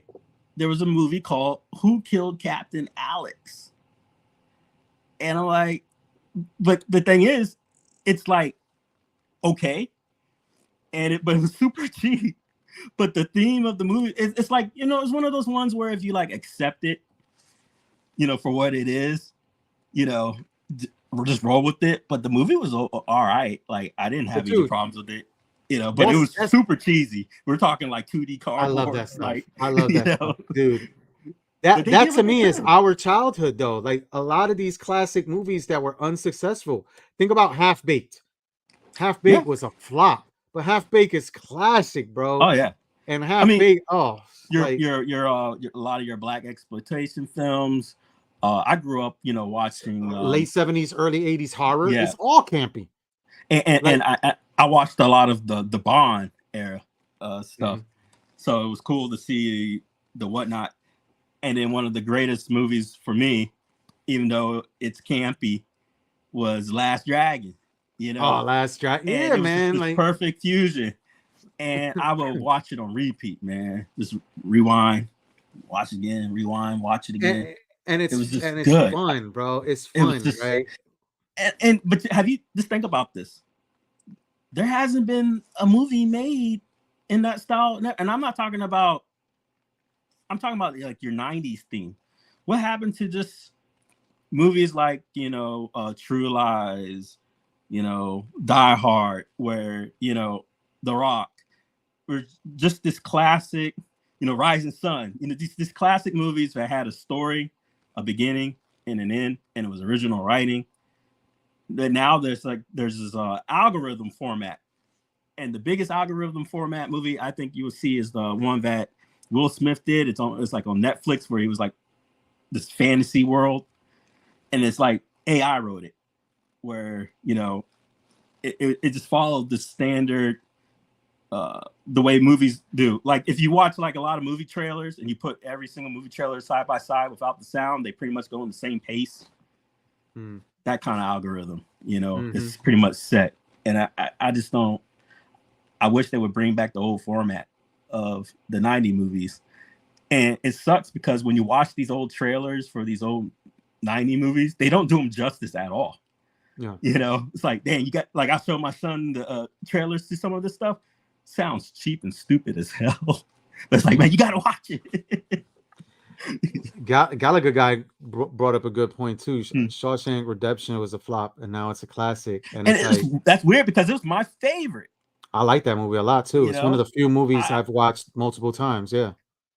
In one crazy movie I used to watch on repeat as a kid, which is weird, is Dead Poets Society. I used to watch it over and over and over. I still probably can't even tell you what the movie's about, even though I watched it so many freaking times. And that's the thing. It's tough for me to watch movies multiple times. I used to watch every MCU movie twice. I would watch it in the movie theater, and then as soon as it comes at home. And then sometimes, like I said, when I'm working, like today, I'm basically playing hooky, chilling with you for a little bit, right? But usually when I'm at work, I'm working at home, I just have things on in the background and I'm watching, and it might take me 4 hours to watch a 1 hour and a half movie because I'm constantly pausing it to take these phone calls and these tangents to go on, or meetings. But I usually have that stuff on in the background. And it was MCU movies for a really long time. I would watch MCU movies in the background, especially in anticipation of the culmination with Avengers Endgame and all that stuff, and trying to see stuff here and there. But there's very few movies, but I love old school horror, man. I love the Friday the 13th, the Nightmare on Elm Streets, right? I love Bruce Campbell. Oh, Bruce Campbell. Yeah, you were showing me. Oh, that's awesome. Evil Dead. But I love the Evil Dead, man. I love the TV series. I love, like, dude, like it's because of that campiness, because of that. It's fun. Like, to me, that stuff was really fun. But I think nowadays everybody tries to go for these big spectacles and they forget about making good movies. Like right now, the rumor is Marvel is doing complete reshoots for Captain America 4. And it's like spending even more time, even more money to come out with that with that movie. And there's so much potential in that movie in introducing the Red Hulk potentially. You know what I'm trying to say? Yeah. And the whatever it is, that group that they're gonna have, that like their version of like Suicide Squad, right? So it's like Yeah, I the Thunderbolts, Thunderbolt, yeah. right? Yeah, so it's Yeah. like with Thunderbolt Ross and That's everything. a classic team, man. They're an important team too. So it's like why my thing with the MCU is like, dude, I think they need to record to film Spider-Man. Guys, whatever you guys think out of there too, man, contribute in the chat, jump on if anything. I think they should film 4, 5, and 6, Spider-Man 4, 5, and 6, his college years in a row, like how they did back in the day. They did Back to the Future 2 and 3, one right after another. They have a Lord of the Spider-Man Rings. problem. Spider-Man's not theirs. That's the problem. Same with the Hulk. It's not theirs. It's Universal. So, but I think Kevin has done a good job. Was it 5 whatever, as far as trying to keep it seamless. But Incredible Hulk. It looks like they got the rights back. They've done some shady stuff too. It looks like they may have gotten the right back because if they can't do but they're leading up to a World Hulk. Yes, it looks like they're leading up to a World Hulk. That'll be a solo movie. And here's one big thing. This just came out a couple days ago. They got Mark Ruffalo, who, if you know, Mark Ruffalo and Tom Holland are the two big. They leak everything out. They got loose lips like a motherfucker, bro. I used to think that was a joke, but apparently it's real. Like it's real. Like they are horrible. Like them dudes. So Mark Ruffalo was just recently asked about what you just asked about, and he specifically said, so this is how stupid the guy is in terms of like, dude, just keep a secret. Just say no comment, like Tom Garfield, like Andrew Garfield. I'm sorry, not Tom Garfield. Yeah. Andrew Garfield kept doing when they're saying, "Oh, are you in Spider-Man No Way Home? Are you Spider-Man No Way Home?" No like, clue. what are you talking about? As a matter of fact, in some he would be like F Spider-Man, and then all of a sudden you're in the theater. Oh shit! What the fuck? This guy, did you portal? Boom! Here comes Andrew Garfield. Like stuff. What? So to keep it, and then all of a sudden. Now they got him in the trailers. Now he's doing press where, oh, you came back. Are you the Venomverse one? Are you this? So, this is the kind of stuff where now they're telling Mark Ruffalo where he's saying, I can't comment on that. That's like the biggest telltale sign where you can't comment on it. Yeah. You could just say no, right? Yeah. No, saying you can't comment on it. They told you to shut the hell up. For me, no comment means there's an answer, and obviously I'm not going to talk about it. But here's how things happen behind the scenes, and I'm over here in Orlando. So here's how things happen behind the scenes. So, and this usually happens in business. This is the business kind of stuff. This is where some companies, like, people don't understand. Microsoft makes more money on Google Android than Google does, because Google makes their money on ads, but Google got sued for a lot of patents. And they have to pay for every installation of Android because of patent violations for Java. So Oracle, which got, Oracle owns that, and Microsoft patents that Microsoft patents have. So even though Android is supposed to be free and cheap and open source and everything like that, these companies make money off of it. So when Disney bought Fox, Disney bought Fox, and they bought everything that comes with Fox, Hulu and everything like that. What else came except with for Fox? the news part? Except for the news part, yeah. So that stayed with Murdoch. The guy ended up going onto the Disney board. That Murdoch guy. Yeah, so when they bought it, right? What came along with it? What properties? Big properties, right? The Simpsons. Yeah. If you go to Universal Studios, what's the biggest thing? Right? A lot of that stuff came over, right? To the movie rights to X-Men. So what came over was Simpsons.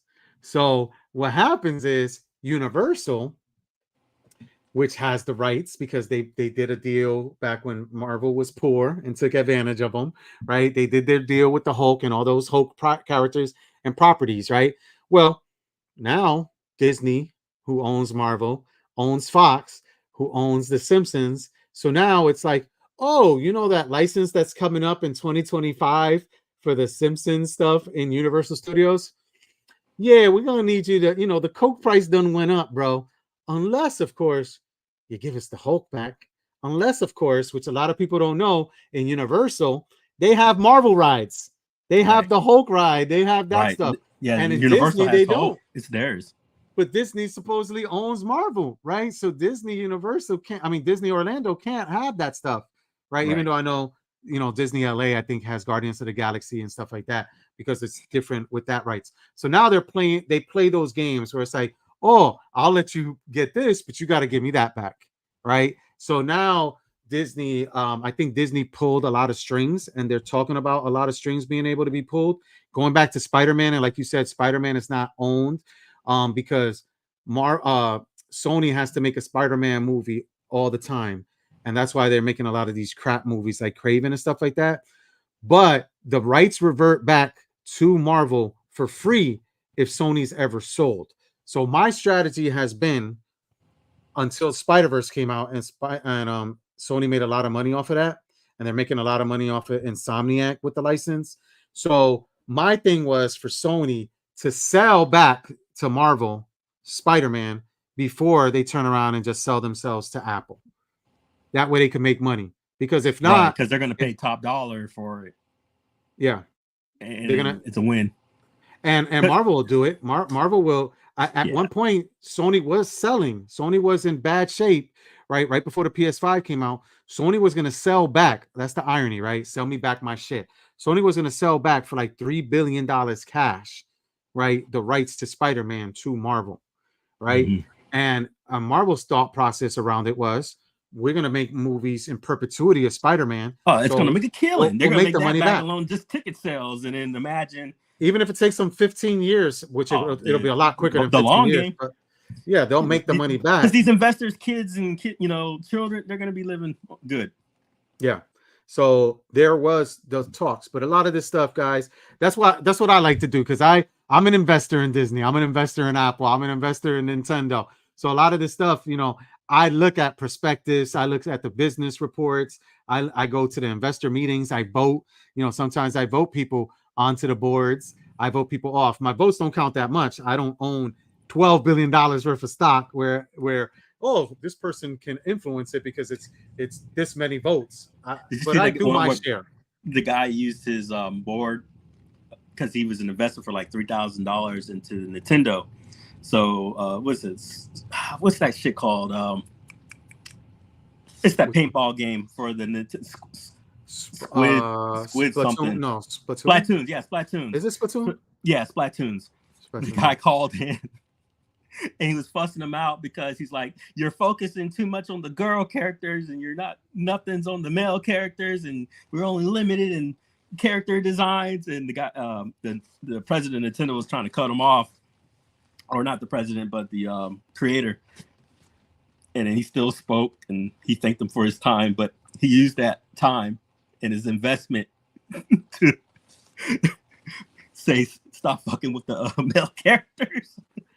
And listen, think about that, right? But if investors chimed in, would we? I was watching Reggie dropped a video earlier today talking about his 5 or 6 games this year, and he was talking about Street Fighter 6 and this season pass crap. Right, you got the Street Fighter 6, and you got like 12, 13 characters. You got to wait for the season pass, subscribe to it here, do this, get bullshit. This DLC, get that stuff. If people voted on it, would we really vote for that stuff as stockholders, customers, investors? No. So that's why these people go shoe fly. We know better than you, because they think about things from a pure how am I going to get the fattest bonus in my pocket for Christmas? And it's a shame because. And I'm going to go off on a little tangent here back into business thing.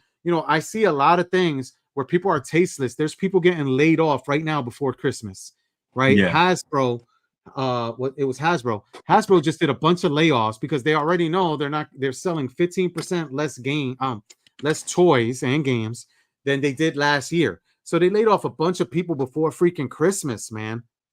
You know what I'm trying to say? It's bullshit. So, but the CEO is still going to get a fat ass bonus. Like, come on, man. Why is the CEO getting a fat ass bonus? Because he's holding on to stockholder value.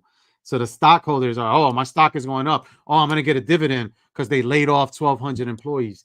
And it's like, it's crazy to me, but this is the thought process that these businesses use as they're sitting there, because it's businesses, man. It's not about the games. to them. It's about making money. That's why EA got into a lot of trouble, especially with the Disney and Star Wars licenses, talking about, Galaxy Guy was mentioning it when they did the whole loot box craze. Right. And you gotta think like this is how a lot of people don't want to go to all digital. A lot of people are absolutely right. How the hell do physical media go on sale and digital media doesn't go on sale, right? And people are losing licenses. Let's talk about that with II Arcade and what happened there. Oh man.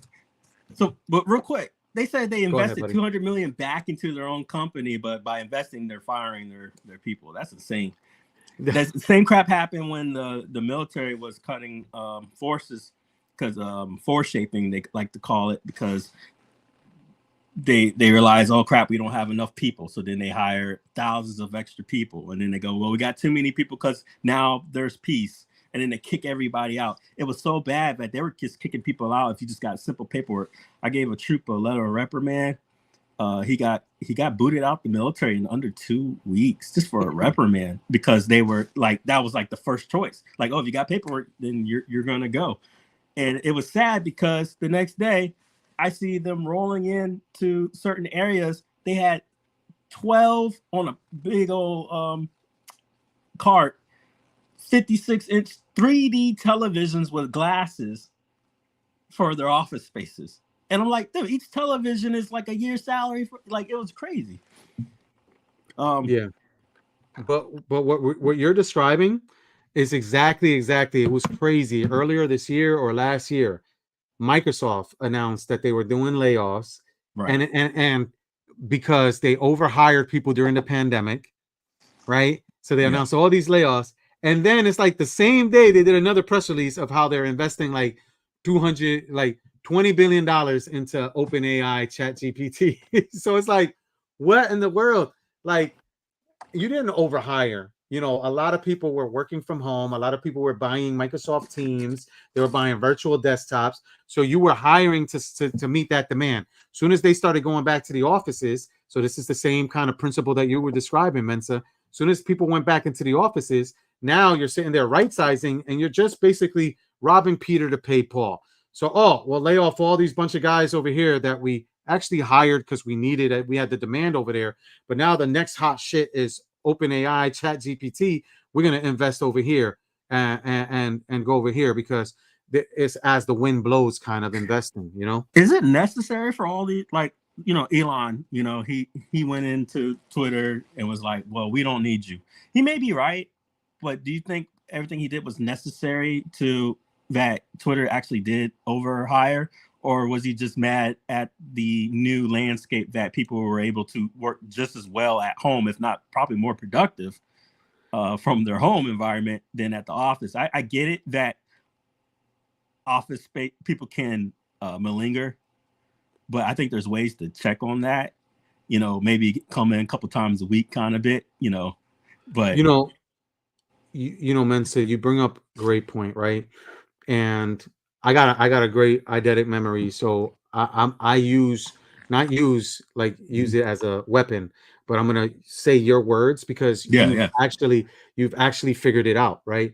And this is the thing. Sometimes the most logical solution is the simplest solution, right? Sometimes the most obvious is the simplest. It's right in front of your face. And what you said and what you described is significant, right? So with Lily, with this guy's saying, when they want to you described the stockholder that came in and voiced his opinion, right? And he voiced it to the executives and everything like that.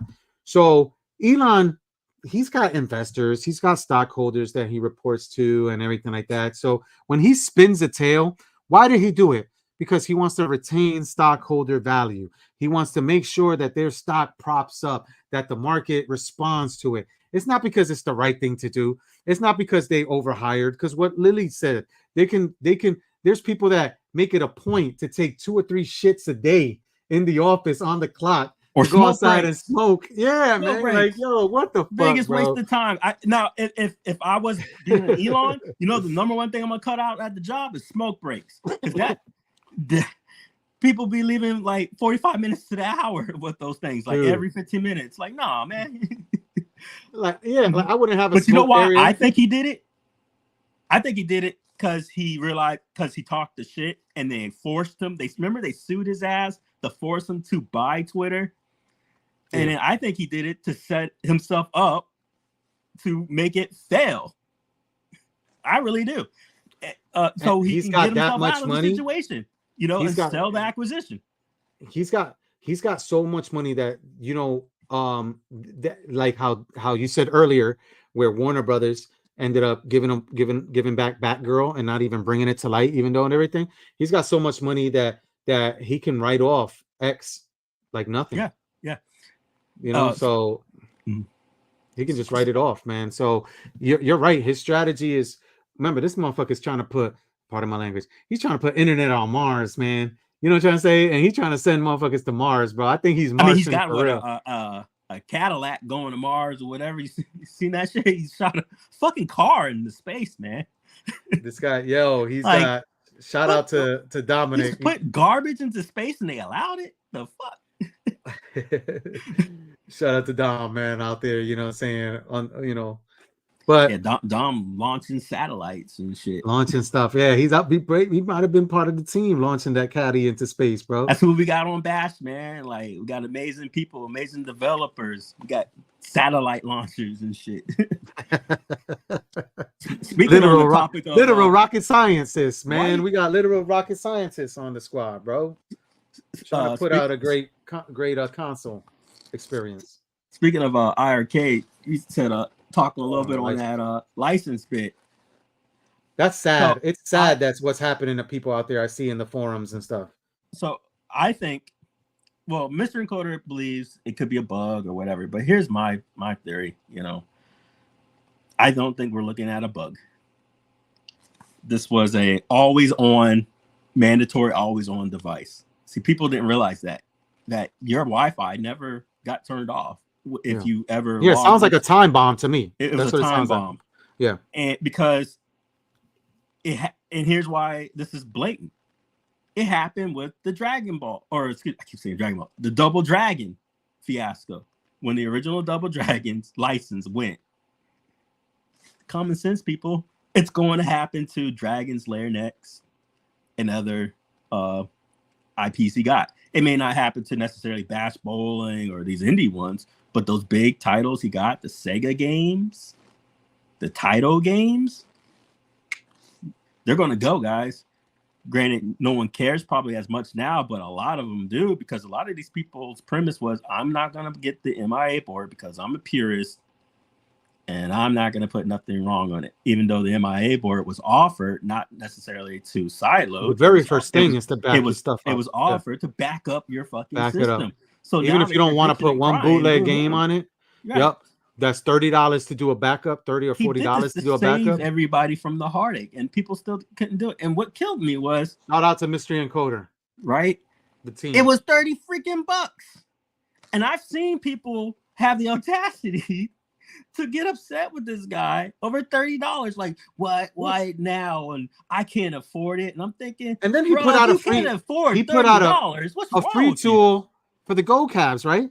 He just put out like a free tool that helps people. Yeah, with the it was. You don't even have to have the thing at all. You just go on the web, and I don't know about if you can. People really gonna spit on shit on that team for doing God's work to help the IRK community. Yeah, that's messed up. It's just weird. But so, if for people who don't know, in the forum, there's this guy who lost basically all his licenses to all his games. So he's trying to play these games, and he says you don't have any license. And I believe it's going to happen to all you guys that didn't back it up. It's going to be a time bomb. My theory because if is it's not always on, it has to be within the code or within whatever license that it doesn't renew, right? Because that's the whole point on the this DRM stuff. Like that's why Xbox got so much kickback back in the day with the whole the disc issue. But what people weren't realizing was Xbox was trying to set you up so you could share play, or like say I own Street Fighter, I could let you borrow it and then it'll give you the DRM rights, but it'll take it from me. So it was literally like me handing you the disc, but it required online, and which most stuff is. But see, people keep going, well, I have the disc, you know, I'm good to go. Well, that's not true anymore. See, you guys got bamboozled because a lot of the times the disc don't even really hold. The disc doesn't hold all the information. It's just there for like a mini pre-install, and right, that's it. It's just so it can spin up, check the fact that you have it, but it's still all being downloaded on the internet. Like Mystery Encoder has said that numerous times. I forgot on whose show. Okay. I don't know if it was, but he's mentioned exactly what you said. That he doesn't. That everybody that keeps talking about this physical thing, physical. There's no physical thing anymore. 90% of the time, it's just the license to check. The license. And so you're better he's actually off now. hacked. He's actually hacked the discs to see that it's just a fucking license. And you're better off without the disc now because all it's doing is burning up the system and spinning for what? You don't need all that. Oh, Gallagher guy said something there. He says it's basically the key to the download. It basically is. It's well known. It's just people just don't think about it. No. And then when they shut down the servers, they shut down support. You know, I remember, I think it was Kingdom Hearts 3. This one guy fell off the back of a truck. He was selling copies like a whole month early. I think it was Kingdom Hearts 3 or Final Fantasy 7, or it might have happened to both. And the whole thing about it is even if you bought it and you were playing it, you're playing it early. The ending wasn't even ready yet. The ending was a day one download. So people got to a point where it's like, I don't even got a freaking ending. And then it was like the patch when you bought it on day one or downloaded it on day one when it came out had the freaking ending. I don't know who would be able to beat it on day one, but that's what people are crazy, man. I don't know how either, but it happens. Because you didn't hear about it, Carl, because you're not in the social groups. But here, I turned my game on and click, and when clicking on my games, it says no license. What happened? This was just a screenshot that I took from someone else's, and yeah, so that's the picture. Right now, Mystery Encoder and everybody's trying to chime in and help this guy out, but it sounds like he's pretty much screwed. So good luck. What's up, brother? Hey, Steven. I hate that. You saw what Carl said? No, what's that? He said, "I want to get rid of my art. It has too much John stink on it." Damn. Tell us how you really feel, Carl. Here we go. I'll agree to disagree on the physical. Physical is always the way.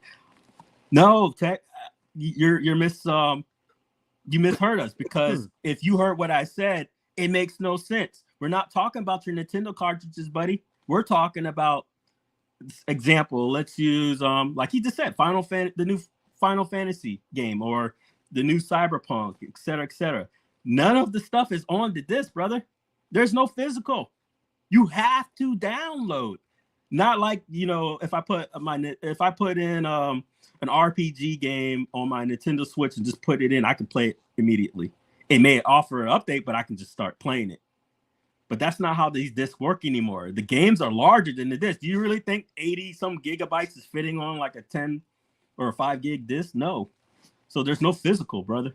And then then you have to have the disc because all it's doing is spinning. But the thing is, check the DRM. That's it. Yeah. The thing is, they retain some value because of collector and collectability, right? People that want to have a complete collection, people that want to do the stuff, even though the game can't be played, like if they turn off the servers, but people still want to be able to collect. It's the same kind of principles. Like you buy baseball cards, right? And you collect them, or Pokemon cards, they have value to them. But in reality, to be able to play them, it's going to be tough. Devil's advocate, say the PlayStation 6 comes out tomorrow.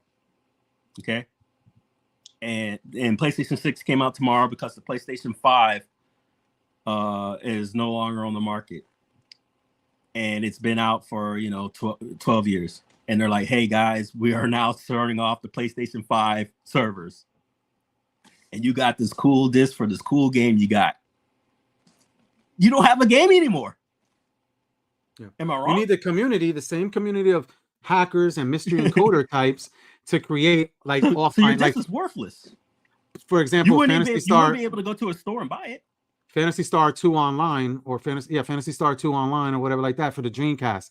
There's still a community out there. There's still, I because love that game. they It's my favorite too on the they've Dreamcast. they figured out how to bypass it, how to use the Dream Pie and all that stuff. So the community has kept it alive, but they shut down them servers years ago, man. Yeah. But see, but that's for an online game versus like I said, you know, if you got If you Far don't- Cry 6 and in Yeah. 20 years from now, unless it's digitally on the PlayStation, that disc is worthless because you can't install the whole game. Yeah. So Es- I don't know. I don't think people got the foresight for this yet. Let's see here. Essentially, yeah. I mean, somebody will preserve it, right? And that's where the job of people like, that's why I got a lot of respect and love and support for people like Mystery Encoder and that team and that group. And even outside of video games, there was the big scene. I used to support them a long time ago. The guys that used to hack the iPhones year after year, jailbreaking the iPhones, because it helps from an archival perspective. I love Marvel vs. Capcom 2. I buy it on everything. I own a cab. I buy it on everything, right? It's my favorite game of all time. I own it on iOS and I can't play it. Why? Because the you know, everybody with the free MVC2 or whatever. But the main reason is because they haven't updated the libraries to I think 128-bit or whatever it is. Oh, it gave me a thumbs up, right? But at the end of the day, if somebody retained it like this Mystery Encoder stuff does, and you have an older iPhone, you could still play it, and you own it, you bought it, but they don't update it, so I can't play it on my latest phone because they didn't update it. So that's the thing. And once they shut down servers for a lot of these games, and if the entire content is not on there, you can't tell me a physical copy of which one is it for Switch, where they give you the little cartridge, Mega Man, I think it was. A buddy of mine bought a used copy of Mega Man at a convention, and he forgot to ask when he went home, the key didn't work to download the rest of the collection, Right. the Mega Man X collection, because it was already used. So yeah, he's got the physical, but it's got what, 1 or 2 games on it. The remainder games he can't even download. And this just came out within the last year. But imagine with the CDs, you're not going to have any of the game. Yeah. Because it doesn't even do a pre-install based upon what's on the disc. It's just a DRM check for majority of these new games now. Oh, here we go. Grand Theft Auto 6. Do you actually believe any of the content of the game is on that disc? This isn't the old school days, guys, where it's part 1, part 2. It's just a digital rights check. You're not going to install it. Turn off your internet and try to install Grand Theft Auto 6 and see how far you get. You're not going to be able to play. You're going to have to get whatever collector's edition, deluxe edition, or game of the year edition, like 3 years after the fact for it to have all the No, season. You're not going to have any of it because none of the information fits on the disc. Like, hold on, let me try to. Well, TechBuzz. Like, well, that's what TechBuzz is saying. That's why you get in. They're just going to create more and more media if they want everything on multiple discs, right? Because 50 gigabytes, that's not even that. A Blu-ray, 50 gigabytes is not the install size for any Call of Duty. 25 gigabytes lately ain't nothing on these games. They're not. Well, he's saying 25 to dual layer. That's 50. That I think the download for the last Call of Duty. I have it, but digital.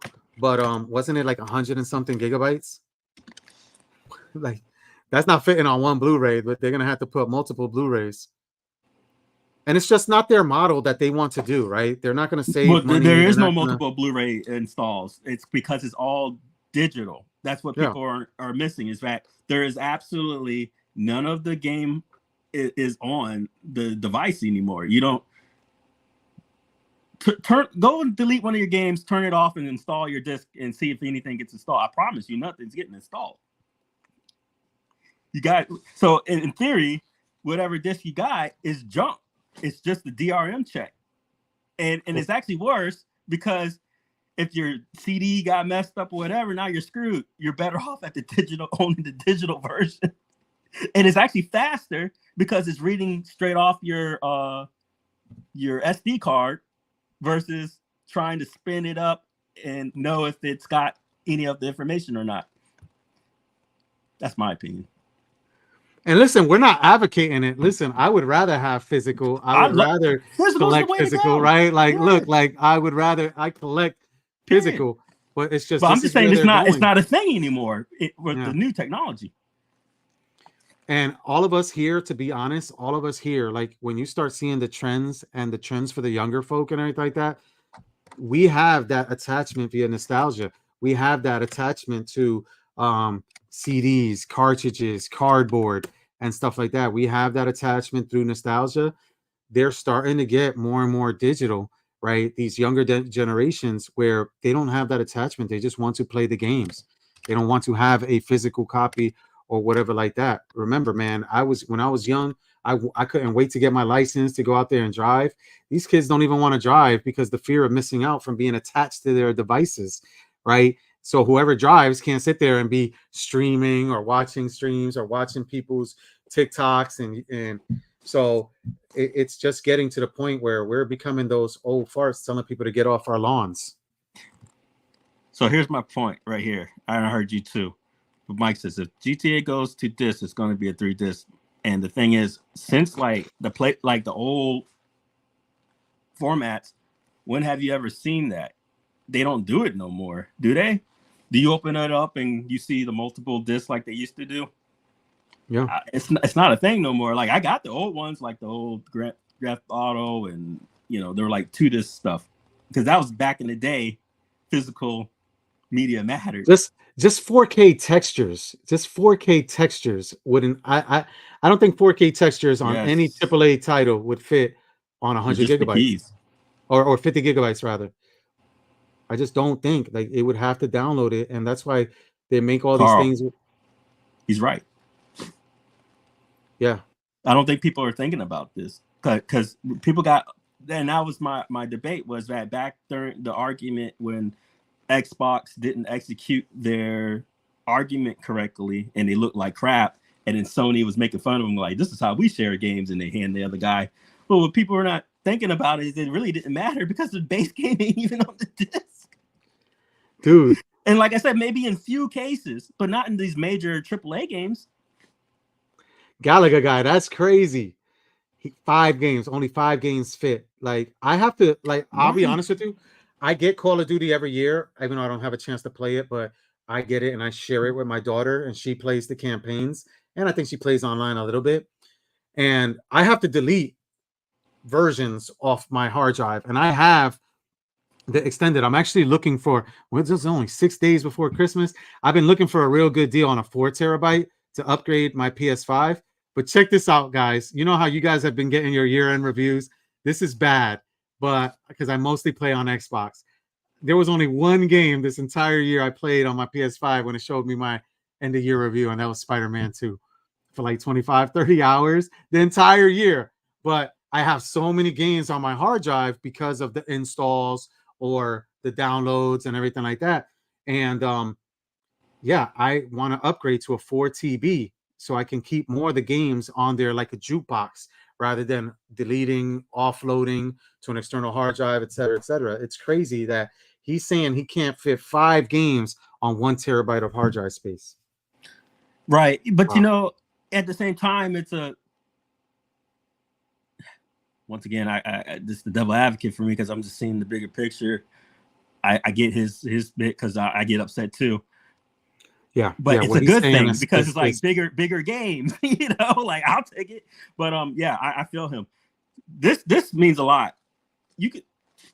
I'm getting tired of the perishable shit and the lifespans of these items. It's like they purposely make things to break so that you're expected to own something new in the next 10 years or less because it's only going to have so much of a life cycle supposed to, a Nintendo,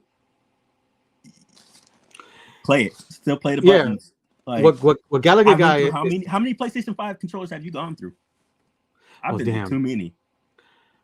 See, I got some still in the box, man. I got the Spider-Man, the God of War still in the box. I got a blue one. But have you had to replace any of yours? No, I haven't. Dang, you're lucky. I've been through at least 4. Well, what Gallagher guy is saying is there was a gentleman, I forget. I forget what he was what his name of his company was, but he was on Glenn's show last week.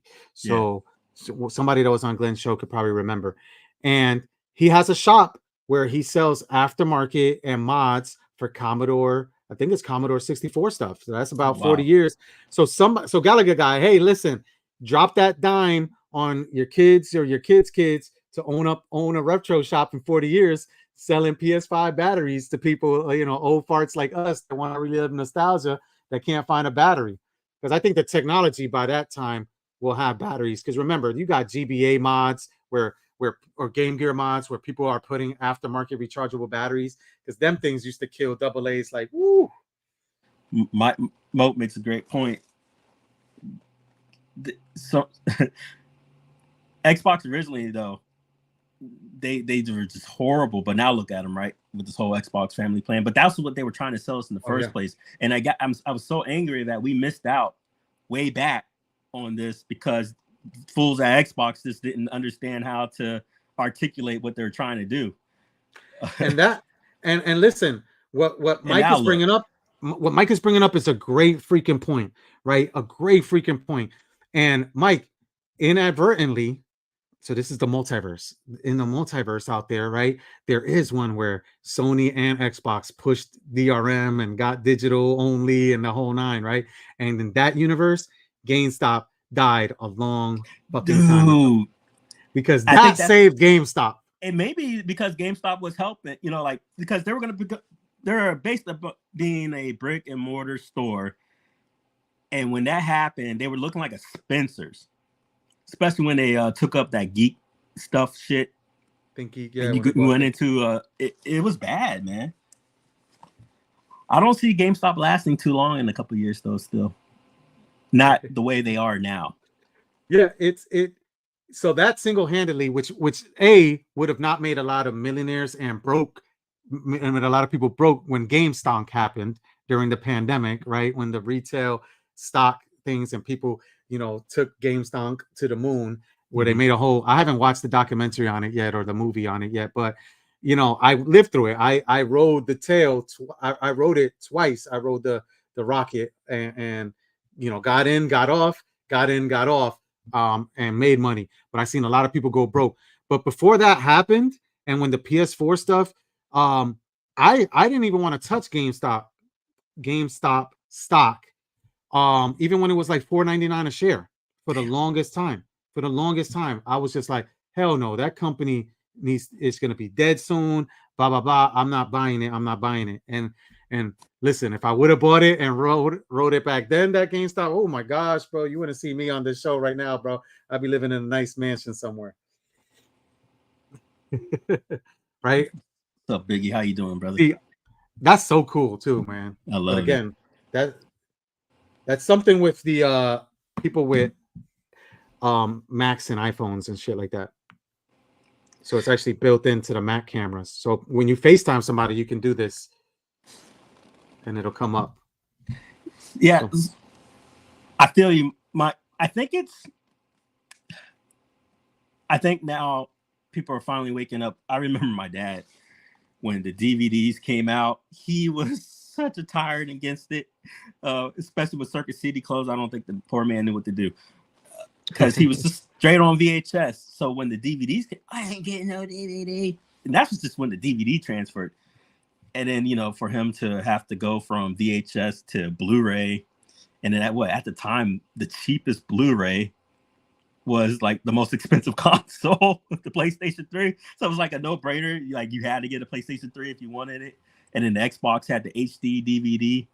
But the whole point is, going back full circle to your comment, I think people were just scared. They're like, in this community, I'm just going to be real.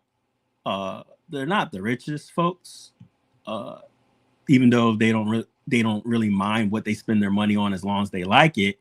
They are penny pinchers because they're not, like I said, they don't really have much income in the community. So I think the fear factor for them is that they're not always going to have the internet, even though the internet is pretty much, you can be up in like mountains in Africa and still have internet. So nobody wants to like lose their internet, not have it, and then obviously where's their stuff? It's in not on them. I think it was just that fear factor. My grandma, I give her paper plates and plastic forks, and she's washing these things. I'm like, Grandma, that era is over. Throw it away. So I have to throw it all away. She'll have the whole bin, and she's still washing them because she, just remembers those days. I'll buy her new soap. Next thing I know, the soap that she has is all watered down. I'm like, you got a bunch of new soap here. Just use it, Yo, So I think people are stuck in that era, being cheap. Mike brings up a great point, right? Being frugal is one thing, but being misinformed is another, right? You're right, and man. What dude, here's the thing, right? You gotta use, and most of the stuff is disposable or dispensable, whatever the freak it is, income, right? So if you got the income to do it, listen, cover your bills, pay your my kids now, my two before marriage are grown. So I still do. One is still in college. She graduates next year. I'm trying to say, as an astrophysicist, by the way. But anyway, nice. So, like Neil deGrasse Tyson.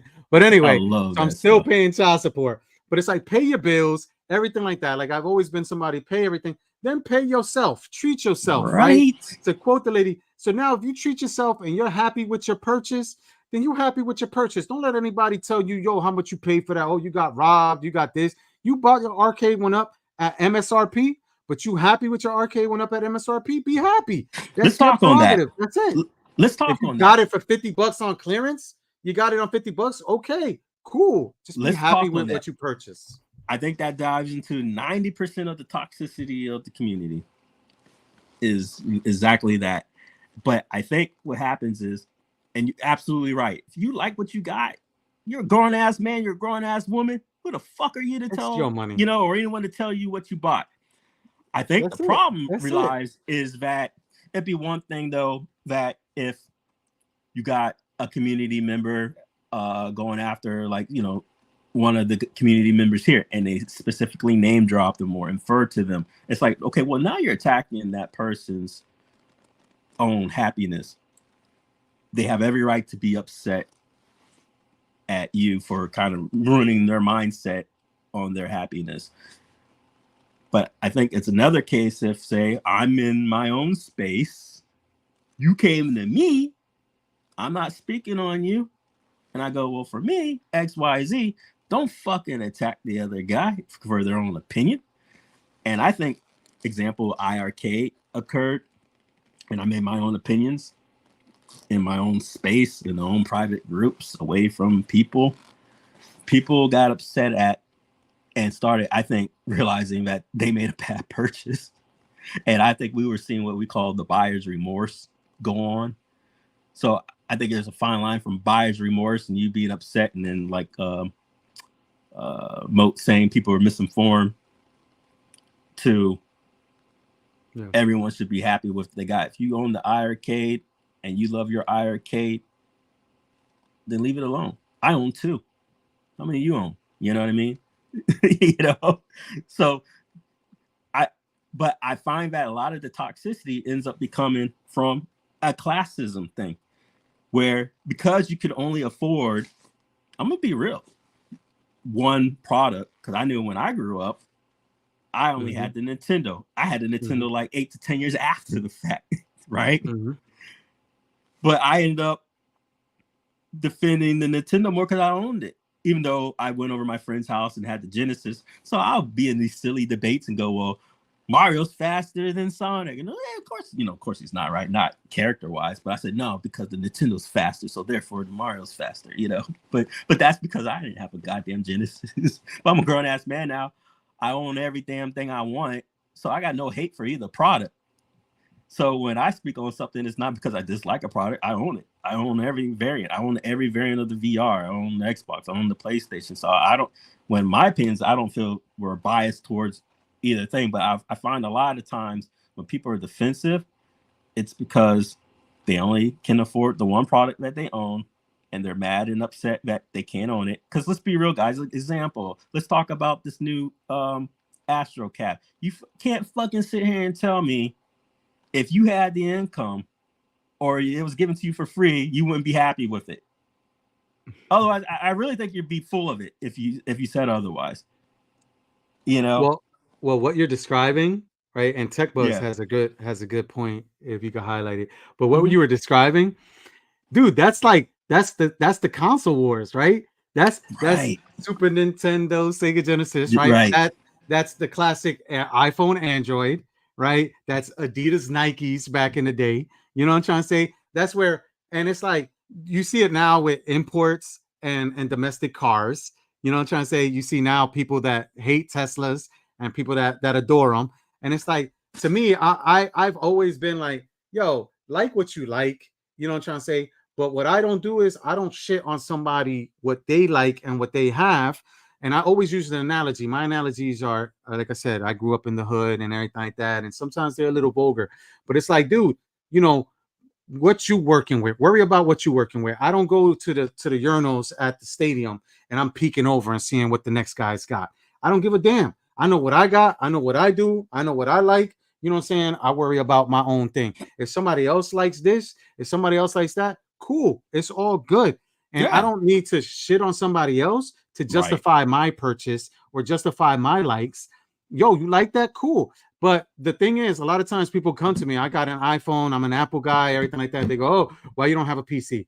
I have a PC. I'm also an IT executive. I have an Android device, you know, trying to stay connected and everything like that. I have it because I need to have the best of both worlds. Right. And I need to understand it because I support it from my clients. Am I biased towards Apple? Listen, I'm part of the ecosystem and everything like that. But I love Androids just as much. And I love open source Androids that I can do a lot more. So I used to always get the what the hell it was, starts with a P, the P versions of the Android, Pixels. Yeah, I used to always get the Pixels and all that shit. So it's like, dude, but I just get angry when people need to argue with each other and find it combative and say like, so you got Team Xbox, Team PS5. It's like, dude, you come to my house, I got 4 Xboxes because 2 Series S's, 2 Series X's, right? And 2 PS5s. Like, it's I don't give a fuck. You know, I'll go play God of War and then I go play. I go play exactly. Exclusives, Halo Infinite over here, this, that, then some over there, this portable over here. But I don't want to glow. And if somebody prefers PS5, then you prefer it. Cool. Here's my gamer tag. Add me if you want, and let's game. I love cross-platform. So I love when games are cross-platform. So it kind of eliminates. It's about time they did that. I found that very greedy. But I would say it was more on the Sony side that they weren't allowing it for the longest. I'm glad they opened that up. So what was it? I'm sorry. Yeah. No. Read what he was saying. I was going to say what he says is great, and I'll take it a step further. Yeah. So Tech says, yes, I agree with Moto on this. Every day, new YouTubers are born with stupid ideas that they pass off as fact and misinform the community. Do your audience and other YouTubers a favor and research. Facts, man. Like, I would say the consumers themselves do your research, right? Yeah. If you like this YouTuber because his style, his opinions align more with you, that's cool. That's your prerogative, to quote Bobby Brown, right? You know what I'm saying? That's your prerogative. Cool. If you want to do it where I want to go off of 3 people, so I listen to 3 people's reviews and everything like that, and then I make my thing out there. If you want to be the person that you use it for the 30-day warrant return policy you got, and you bang it out for 30 days, and then you return it, then by all means. But make it where you feel as informed as possible, and you make the purchase without feeling buyer's remorse or without feeling like F Mensa for recommending this. I've wasted this money all because of Elsa. Come on, man. Like do right now, research. You know, you got the Nova Blast, which is made of like aluminum. And then you got the Polycase, whatever, and they're like almost in the same price range, right? And then you'll see people just shit on one product versus the other, which is fine if it's in good faith, you know, like, hey, I just don't understand this product, whatever. Okay, that's on you. But a lot of times, I'm starting to find that it's because this statement right here, can't afford both, so therefore they're just gonna shit on it blindly. And I don't think that's I think that's very disingenuous. I think bad faith speaking is a horrible thing. It's like, where's your ethics? You know, because did you know, like I did a whole interview with Bushnell, you know, on it, and his wife designed it, you know. And now knowing that his wife designed it doesn't mean that it has to be good just because the man's wife designed it.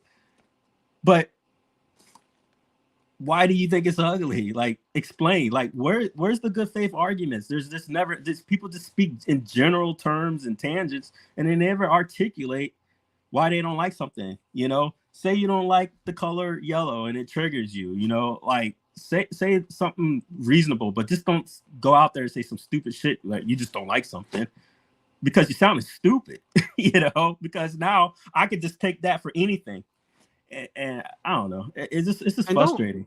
Don't dig in somebody's pockets, man. Sometimes people, it really is like that, man. So for some of you guys, like just remember in childhood, like Mensa said, he could only afford one console, right? I had an NES, and the NES got stolen. They broke into the house, they stole it. I couldn't afford another NES for 3-4 years later. So I was like every 16. week for a year straight. My dad took me to Kmart that was about 45 minutes down the road. And I would see him go to the layaway and just hand over cash, and it would be like $3-5. And for a whole year. Yeah. You know, and then finally that Christmas, I got my Nintendo. You know, so it you know, this man, you know, dude, we did stuff like that. Shovel snow, man. Yeah. We did paper routes. We did. If I go and did whatever to save up, man. I always had to keep what I asked for under $5. You get your know, good grades. That's what they could afford. Yeah, you know. But you got to do whatever you got to do, bro. Waiting patiently, seeing this man use his hard-earned money for my happiness, even though it took a whole year. There's a lot of nostalgia for me. So, what up, Dom? What's going on, man? It wasn't even only video games, bro. I used to do that stuff for comic books. I used to do that stuff for Marvel cards. Like that's another thing. Bro. My other nostalgia is that my dad would come home with comic books, the Fat Albert stuff and whatnot. And then I lived down in. My dad is from an area called Phoebus, so it's like a port town down near Hampton University, a historical black college. Held the drive is called the Emancipation Drive. The Emancipations that were signed down there got the original tree still. Either way. Go down there, and even to this day, the comic book store is still there. We got one called Atomic Comics, and there's this other mom and pop store, and you know, Cat B on the comics, you know, and they still have the old thrift, you know, it's like a thrift shop, you know, got all the old toys and stuff. But it's just interesting that this is still alive, and it brings back a lot of nostalgia. You know, this was my gateway to, you know, cartoons and memories. Yeah. It's all we had. So remember Archie? That was my dad's favorite comic, Archie. He used to bring that up. And really? She's got what? I mean, we're talking boxes. And to this day, I'm like, can I get rid of them? No, the fuck no. You know, my dad loves some Archie. If I touch that, I'll get destroyed. You know, but she's got stacks on stacks of boxes of Archie comics. So what's been up, fellas, man? You know, I'm up for air right now. I see Mensa, and can't blame me for 30 minutes. Can't blame me, Mr. Mensa. You rolling 2 hours, it ain't my fault. Hey, I got bored. And then off the cuff, man, Will came through. Hey, yeah, man, this is my goal was just to come on, and I was just going to stare at. Hey, Will in the building, man. What's up, Will? What's up, y'all? What? Give me a back brief. Y'all must have been talking about Nova. Everything. Nova. Did y'all talk about Mars and not yet? Not yet. That's your shift. I'm gonna drop and catch up. And listen. Hey, Will, I want to address this. I'm glad Mensa. Star Trek symbol. Oh no! Hey, shh. Let me raise my. So Mensa, I'm glad you called off the cuff because I gotta. Did y'all address this Attack from Mars pinball? No, go for it. Oh, okay. Man, I'm gonna speak on this, man. Right. I got an issue with this whole IP thing, man, because I ain't gonna lie. Would I rather Attack from Mars or this damn Addams Family I got coming? Hell no, I would rather Attack from Mars. I wouldn't. That's not my nostalgia, really. I like Addams Family, but the Attack from Mars look closest to the original cabinet. The best. Right. Like I agree. Dude, It looks what beautiful cab. Ad Games, good job. They did a good Yeah. job. But what I don't give a thumbs up to is y'all making me feel like, now here's my problem, fellas. They made me feel like we'll drop. Oh, there we go. They made me feel like Adam's Family was gonna be the only IP out damn near 6 to 8 months. I would say for the first 3 quarters. Yeah. Am I lying? No, this is a fact. And this was inferred. Now see, you're gonna have people try to say otherwise, but bullshit, because I keep receipts. Yep. And it was definitely more than inferred that this was going to be something that's going to be for like at least the next 6 months. At least 6 months. Because because people asked and they're like, you better get this while you can. FOMO. Shame on me. Life's lessons. Yeah, shame on me. But God damn. Yeah, I'll take the L. Maybe I should have waited like some people did. Some people was like, well, I'm going to wait for a better skin. But if you're telling me, yeah, we probably looking at the first 2 quarters before we get any IPs approved and all this, what you think I'm going to do? I even convinced Mensa. I feel bad now. I convinced him to pre-order because I'm like, you're going to miss out. Hey, they may not have no other graphics come out. And so he ended up pre-ordering because of what I said. So, yeah, I'm not too happy about it. Okay. I wish I could change my cancel my Adams Family and order Attack from Mars. I might just take a $200 loss. Fuck it. I just might do it. I don't know. I did a chargeback. So far, I'm winning. Oh wait, Canada Phil coming with some gems. So I proved to At Games were liars. I showed them the receipts that if you canceled your order, they had a promissory to give out a certain date. You got to understand that we ordered back in like September or some crazy. Man, this was way back in early September. So September, October, November, December. Now, mind you, when are they saying this coming out? To like in January or some shit? Well, December they said, but now a legal chargeback, you can't wait past like a certain amount of time. Right. So they're playing the long game on you, and then it's just bullshit consumer practice. If you're look at this, guys. They're not saying estimate. Okay. They're telling you when to expect this. So where's the date on this one? Because I swore I saw March. I think it's March, February, right? Oh, they put estimate here. Okay.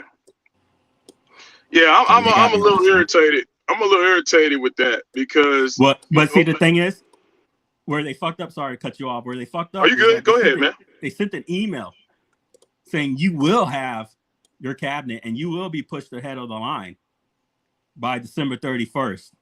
But Mensa, can you address the technical sheet? Now we all thought. Now, am I confused here? Canada Phil, correct me if I'm wrong. This new technical sheet that just came out that listed all the variations. How come the Adams Family is at the bottom, if you ask me? Because it's not limited. I thought Adams Family was. That's how it was sold to me. That it was limited because they're supposed to have like the 1 through like 5,000 only. Are you serious? No, man. Pull up that man. Somebody have the technical sheet? Where's that? On the Facebook? Damn it! It's a technical. Phil, do you know where that sheet is? Because it's a sheet that has all the cabs up, and then it has the different variations and what's limited and what's not.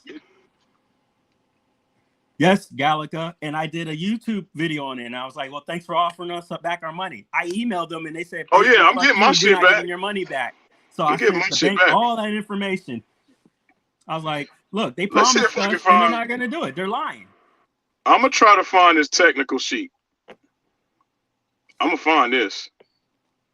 They said they considered it a standard. It's supposed to be a limited edition. Oh, yeah, Mensa. Okay. That was the whole thing with the placard. Remember? All right, Phil just co-signed. Phil just co-signed what I said. I was told. See, that's bullshit. Why would they have a placard? Bro, they said this shit is standard, bro. Look at the text sheet. Stamp what number yours was? Yep. Not now. Phil just co-signed. I'm not pulling shit out my ass. there was a technical sheet, Mensa. I hope you can find it. I'm it's got- livid. It says standard edition on there. I'm telling y'all, we thought that this was the Addams Family was limited. That means limited got high resale value. I'm pulling up my own shit now because I did a whole damn video. See, this is why I real time Phil, do you have jump the sheet? on and do these videos because they gaslight, dude. Yeah, they hella gaslighted on that. I don't care. Now I'm getting pissed because I swear to God, that's why, because it was supposed to be a But limited Tech- edition. So That's Tech, bullshit. where's that sheet, Tech? That was then? over the Because whole coin door crap. what do you mean none of these are limited, Buzz? Because they on the text sheet that they sent out, No, he's just It confirming said- what we're mad about. Oh my God. yeah, that text sheet said that The fuck? Star Trek and Attack from Mars is limited. Addams Family. We got to find that text sheet. Well, you know, Phil's been doing a good job of Addams Family placard of documenting this stuff on his page. Let me see if I can pull this up on the Facebook. Damn it, I just saw the shit, man. Facebook Legends Arcade. All right, here we go. I'm gonna keep scrolling down. It's a comparison, guys. It's a comparison. I hope Let's see Phil is here. out there looking for it because I think he might have posted it. Well, I'm gonna And- pull up that Addams Family placard where it was limited edition. I swear to God. Hey, well, you heard what Tech just said. This is none some of 'em weird are. shit, dude. Here goes Michael Burry. You got to give this company credit, man. Feedback was provided, and they were flexible and caring enough to do the work. Who said that? Michael? Well, this is when they corrected all the stuff, so I agree with. Oh you. yeah, If it was true. I'm not arguing with that, Mike. But at the No. This is not live. It was the old Oh, post. okay. Yeah, I'm Yeah. not arguing. They did listen to feedback. My problem is, where's the transparency at? There's some deceptive practices there. I don't give a damn who in here. PK, I'm just telling you there's some weird shit going on because you had me thinking that this was a limited edition machine. Oh, dude, this is bullshit. I wouldn't have ordered it, dude. I would not order this. I if ordered this it because it was like 1 through. I was like, okay, well, I'll be special. Right. And then I realized that they have all these other IPs. I was like, ugh. I wouldn't have ordered this. Man, I'm not bitching. I'm just saying, tell me what it is. Yeah, there's the picture of the placard here for the coin. I need this damn text sheet. Oh, God. yep, JLS. Yep. Okay, so Will said that Phil put it in the group. It's a limited pieces on the spec sheet. Yeah, that's it. I know I'm not crazy. Mensa, if you got a chance, look at Phil's page and there's a text sheet. The influencers, Carl. If you were an Oh, yeah, influencer, well, Carl, you know who's getting that. I let me see saw if I can go stuff to- that said that they're going to be bumped ahead of everybody. I'm going to Phil page.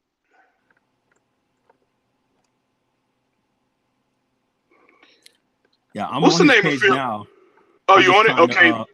I'm just trying Get to the find text it sheet. exactly so that I don't show the rest Yep. of his page. Because oh yeah, speaking of that, you got people from the other groups who, you know, F with Phil, and I mean F with him in a bad way, but then they're sitting here tagging me. They're tagging me to let them Yep. in the group.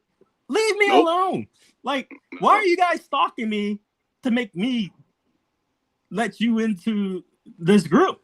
Like, Nope. we're nobodies, right? We're not special. Only got 8 people here saying hi and what's up. Appreciate you guys. Who am I? So why the fuck are you guys tagging me and trying to infiltrate us to see what we I thought we were nobodies. You know? Well, Tech Buzz but- telling y'all, hey, But people are trying to harassing me to make them let them into the group that we got kicked out of. So you kick us out of one group, and then you're the wife of the admin, and you want in our group? Fuck off. I can't wait till Minster show y'all this text sheet because I think people missed this. What did he put it in the Phil Okay. put it in his group. JLS just said it too. Oh, is I this the know I one that saw- says Legend 4K pinball product comparison? Bam, pull it up. Let people see the truth. Oh, it's blurry. Damn, Even on they my told screen. us that this was limited. But It's here, no longer limited on that text sheet. December 15th. Oh, Atkins posted it. Hold on. Yeah, pull it Yeah. up. I can't I'll wait still for pull y'all it to up. see this. Yeah, I cannot They're not going to wait. be able to see it really, but I'll pull it up. But you anyways. can read it. You can read it out. I will try because it's blurry. See, share Oh, is that screen. blurry? Oh shit. Yeah, it was a bad copy over. All Let right. me. Here we go. Well, let's see share. if we can try to. All right. Okay, let's see if. Damn, I can't read. Wait. Actually, here we go. Oh, you good? So what does that say, Minister? Can you read off what does that say by the Adams family? Okay, Look at- limited quantity. All of them are no. All right, that's And all I'm then- saying. Yeah. What the fuck? You That- bastards. So So is Star what- Trek limited? Wait. Compare the contrast from each of these amazing. The key difference is CP models are limited editions capped at 5,000 built. See? So which ones? Okay, so tell me which ones are 5,000, Mensa. It had to be the one with the 5,000 fucking placard, which was Adam's family. No, look at that sheet. What does it say? 5,000. Oh, you son of a bitch. Look at the 3. I This- see. There it is. All right. Yo, enough said. hell I'm no, done talking. bro. I'm done So talking. why do they have a placard with the numbers? It was 5,000 was the number because I knew it was going to be 5,000 before this was even Hey, announced. What They're Phil just gaslighting. said? You pieces of shit. Pull up Phil Worst comment. fucking company ever, man. Pull up Phil comment, You Mensa. liar. No, the new info shows it's standard. Bait and switch. Now, if y'all want to But Carl or Bait and switch. Phil, am I wrong? The Adams family was 5,000 with the that's what they said in the beginning. That's what they said in the So beginning. what was the placards? What the hell was that? I don't smoke and mirrors, I guess, because you see what Phil just told you. Man. He just told you at the bottom. Star Trek, Snoopy, and Attack from Mars is the 3 limited. The ones Carl, we I didn't even swear to order. you, man. I saw because I knew the number was 5,000 before this ever came out, and it wasn't because somebody told me. It's because I read it. I'm gonna find this shit. Carl, because when did they everything say else- that, Carl? Yeah, They did I not thought- say it. When did they say that? Because I remember them saying it was limited, man. That's why everybody It's went and bought limited. it. It was a limited edition run of the Addams Family, capped out at That's not 5,000. true. That was the whole fucking point of the placard, man. That's y'all killing me, man. Or am I being what do you call No. it? Oh, so Tech Buzz made a point here. When? Pull that up. He said, see, at games will say limited edition, but what they fail to say is that it's limited for shipping 23-24. Ah, okay. Okay, well, no, but see, here's my issue. How did I know the number was 5,000? Because they I said read that. it. They Because I said read it. 5,000. So I'm going to find this shit, and I'm gonna pull up receipts, and I'm gonna shove it Yeah, in pull everybody's receipts fucking up, face. man. I'm gonna Pull the find this, receipts up. because I swear to God, because this was before this. I've never seen this. Well, Canada I just knew it Phil was is right. 5,000. Canada Phil is right. We all, like fools, ordered a standard Oh, we just- edition. Yeah. Look, and let's be fair. And I'm the fool. I'm fool. We ordered a standard edition. We will not have hands-on a limited Attack from Mars or Star Trek, which when we try to resell or say we try to resell this damn standard, it's standard. That shit gonna be in Costco. This other stuff will be limited, which we don't even have a play at because we already done ran and ordered this shit. I'm gonna Google. Let's see here. Maybe I can catch them on some archive shit. See, Adams Family. Pin, Carl, that's not true. That's not true, Carl. You got Tech Buzz in here saying, and you have Canada Phil saying it. We're not just pulling it out our ass, Carl. They did say it was limited. This is the first time I'm seeing that Adams Family is a standard edition. Tech Buzz, let's be real here. Did they not say that? I saw 5,000. Look, Canada Phil just confirmed what I said. Do y'all think we just be making stuff up? He says, ding, ding, you hit it. If the machine ever ends up in Sam's, it will be the Adams Family one. I'm trying to figure out where we making something up here. I'll just find the receipts. No, I'm not yes, gonna not do that. Haywood. I laughed when you said don't pre-order. and we boys. I'll tell the truth. When you say it on pre, I'm like, what the hell is he talking about? But now I see what you're saying. They did say that, but it wasn't what you think is limited edition. What he's saying, they played on the words. My issue with that is, I understand your bullshit though, thing, and I'm real. Well, hold on, I'm willing to eat that, but my problem is I'm not willing to eat the fact that I knew the number was 5,000 way back in September. So where did that number come from? I don't think I made that up. Carl. I know. I'm telling you what the first conversations was, Carl, and they said Got it. Okay, please pull up the receipts because it's hard to explain. Eat it. What's to say? Number what? Hey, that's all I'm saying. Got him. 5,000 was supposed to be the run. And what machine that's on? Adam's family. Motherfucking family. That's all I'm saying, man. It was bait and switch. Tell me I'm wrong. What's this, guys? See, Tech Buzz just told y'all. He just told y'all, Carl. Motherfucking educate me. Carl, how you gonna still deny it? You can't deny it, Carl. That Steven just told you. They did say it. They did say it, and it's here. Look at the fucking placard. It's the placard. Number what? Number fucking 1. It was 5,000 limited run. It's right here on the damn placard. I don't know what we gotta tell y'all to make you believe it. 1, 2, 3, 4. So Mensa, what I'm gonna do is what P-Dub said. They said that they're gonna give us our money back if it ain't in the house by Christmas. What is this? It's at Games. Adam's family number device for 5,000. What's going to be the number? That's where Mensa got the 5,000 number. Nah, dude, the verbiage wasn't Carl, different you reaching, because I'm gonna drop the fucking receipts on you. Carl, you're reaching. When I drop the receipts, Carl, to say I was right, I was wrong. Do you agree to that? Because you know I'm gonna embarrass you. I'm gonna find the receipts because I have it somewhere. Just let it go, Carl, because you reaching. It wasn't just a placard. They said it was limited, dude. Well, first he didn't remember. I was arguing it was the placard, then I was being told it wasn't the placard. And here, man, I'm gonna leave that alone. Is it not right here, guys? I'm gonna leave it alone. Boom. We know the truth. And when P-Dub said that we gonna get our money back if we don't get the shit by Christmas. Hey, Carl, you gotta understand that I know who I see who's in those groups. Yeah, those influence groups, those NDA groups. I see who affiliates with those people in those NDA groups. Just leave it at that. I'm gonna order Attack from Mars. I'm gonna give my money back. You gotta be careful, brother. Wink, wink. All right. See, think about how useless your Adams Family order was now. And he realistically ended up in March, now January, and now every machine is slated to arrive in March. Yeah, and the machine that we ordered on Flogo, which was supposed to be fucking limited edition, ain't gonna be it. He's right. He's right. So I'm gonna get my money back and reorder Attack from Mars. Fuck them. That's what I'm because that machine looks exactly the same. But they're not offering refunds though. They lied about that. Wait, I thought the email said if you don't get it for Steven, can you clarify that? It's true. We got the email. I got the screenshots of the email. I got the email. So why are we not gonna get the 200 back?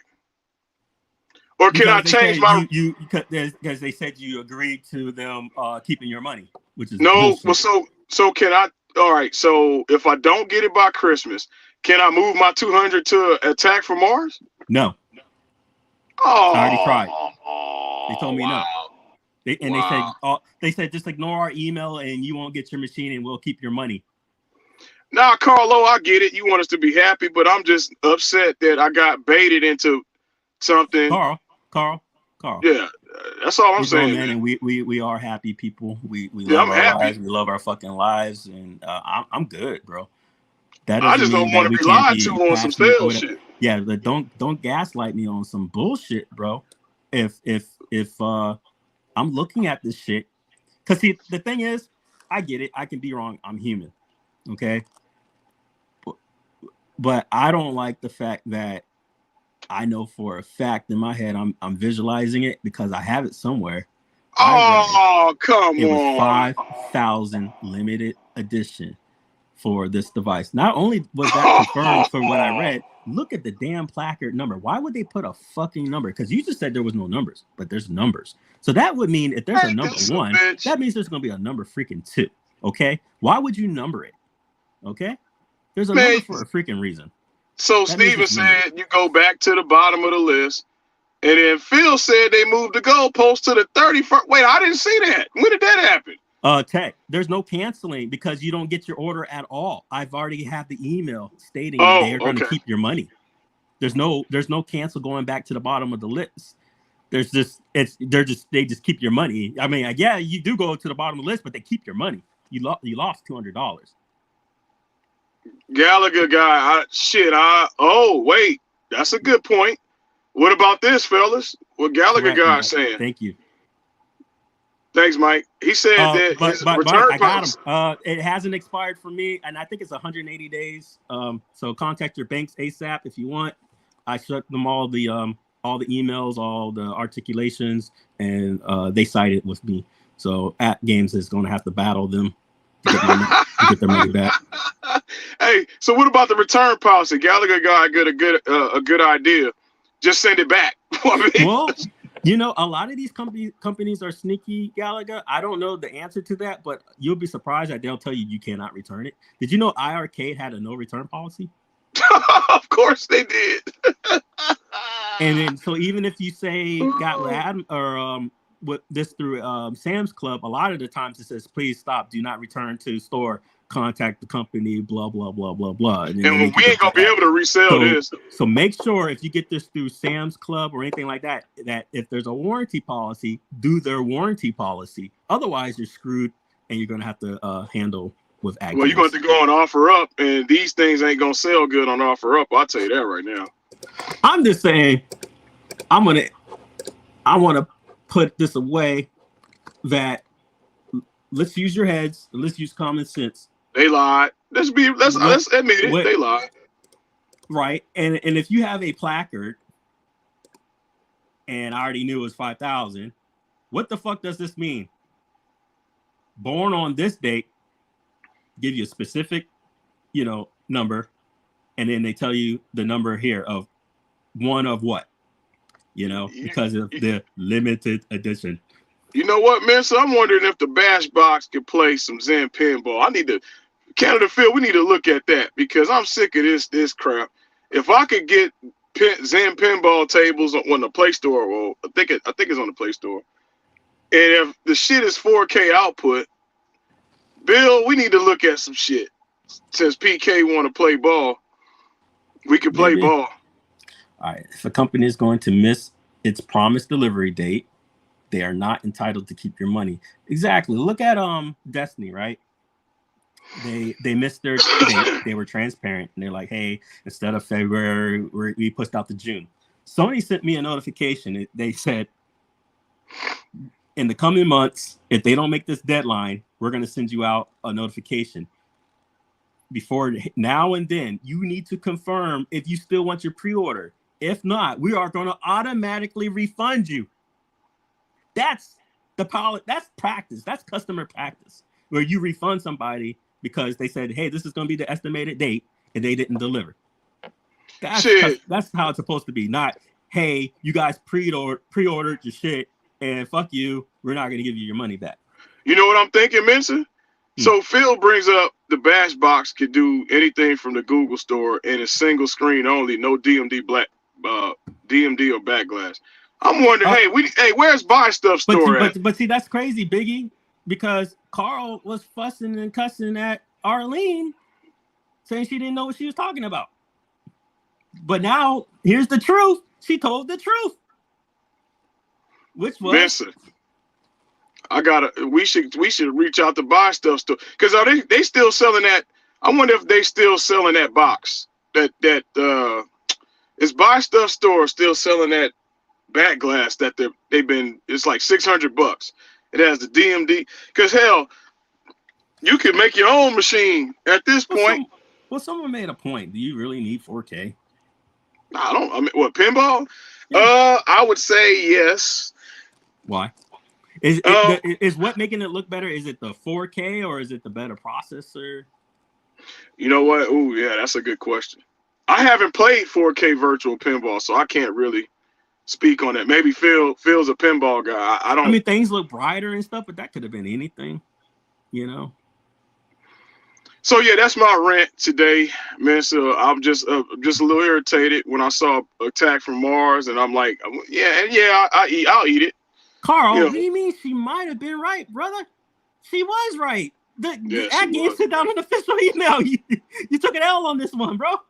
Yeah, I mean, the At Game's already made their statement. It's not gonna. I mean, Biggie said I can it take too. my L. Yeah, it's delayed. I mean, it's okay. Things can be delayed. The problem is when we were saying this was the case, people were up in arms, calling us March. liars and Carlo, this and March, that. Carlo, March. Probably say Sente's March. Oh no, what he's trying to say is that he's trying to do an analogy to defend his Oh, stance, well, which we is- never. Well, here's the which thing: is we the never fact heard that Polycade. if the Polycade doesn't deliver, then he's gonna try to go. Well, aren't you guys complaining about that? Blah, blah, blah, blah. I don't know. Well, I'm gonna tell Tyler. I'm Yeah. gonna tell Tyler. Tyler, I want my machine. You told me Yeah. March. But Y'all here's think the we're scared bit. to talk to But here's the people? bit. Has it come up to the fact that if I said, hey, I would like my money back, or if it came up to the fact that he's not lying, where I go, He never made no promises. He said Yeah. estimated. Tyler said estimated on the show, guys. He said he that. was on our show. We interviewed Yeah, he him. said estimated. Because I asked him. I said, when Yeah. can we get the machine? He said estimated. Mark. That means, you know, when somebody tell me estimated, that means I'm not planning on it because it's an estimate. I'm not guaranteeing it. But y'all told me I'm gonna get my machine by Christmas. Right. I'm looking for it. It's in the email. Do you want me to show you the email, Carl? Yeah, I look. I'm gonna tell I you don't know, this. Carl. I don't foresee the Polycade coming out at that time at all, honestly, because he went from probably thinking he was only going to get so much, and that got his He got overwhelmed with dude, the he got Kickstarter. like so many. He earned like so many millions from that. So Yeah, I don't think if I'm a betting man, I think Tyler it may be spring, but he got so hit by that Kickstarter. There's been such an overwhelming response to it. I can see it getting it's in pushed writing. back. Yeah, I can see it getting pushed back. That's the thing. We don't have to debate on it. It's in writing. And then what I'm going to find, I promise you guys, I'm gonna fucking find it where it said this machine was going to be a 5,000 limit. It was in writing. It was in writing. Yeah, I'm gonna fucking find it. It was in writing, December 31st. I remember reading that because I said, "Oh, it will be a late Christmas gift to myself." Mm-hmm. And Mo said he still don't know nothing. Sorry, And Mo. then look, Sorry, Mo. why are we even debating when it's fucking right here and plain? Yeah, ain't no debate, Carlo. You know it's the truth. I know you like It's a right healthy here, debate, number. Carlo. You don't fucking put a number on a product that's not limited. So I mean, Carlo, I know you like debating, but this ain't no debate really because it's all in writing. There's nothing really we can't say it didn't happen. We read the 31st date. Mo is in the same boat with everybody else. Oh, well, Mo just said it. Now listen, Carlo, are you going to argue with Mo? And Mo said just here that he's in an influencer group. And he just told you. You're going to look silly, Carl. All right, here we go. Man, let's look at that. Man.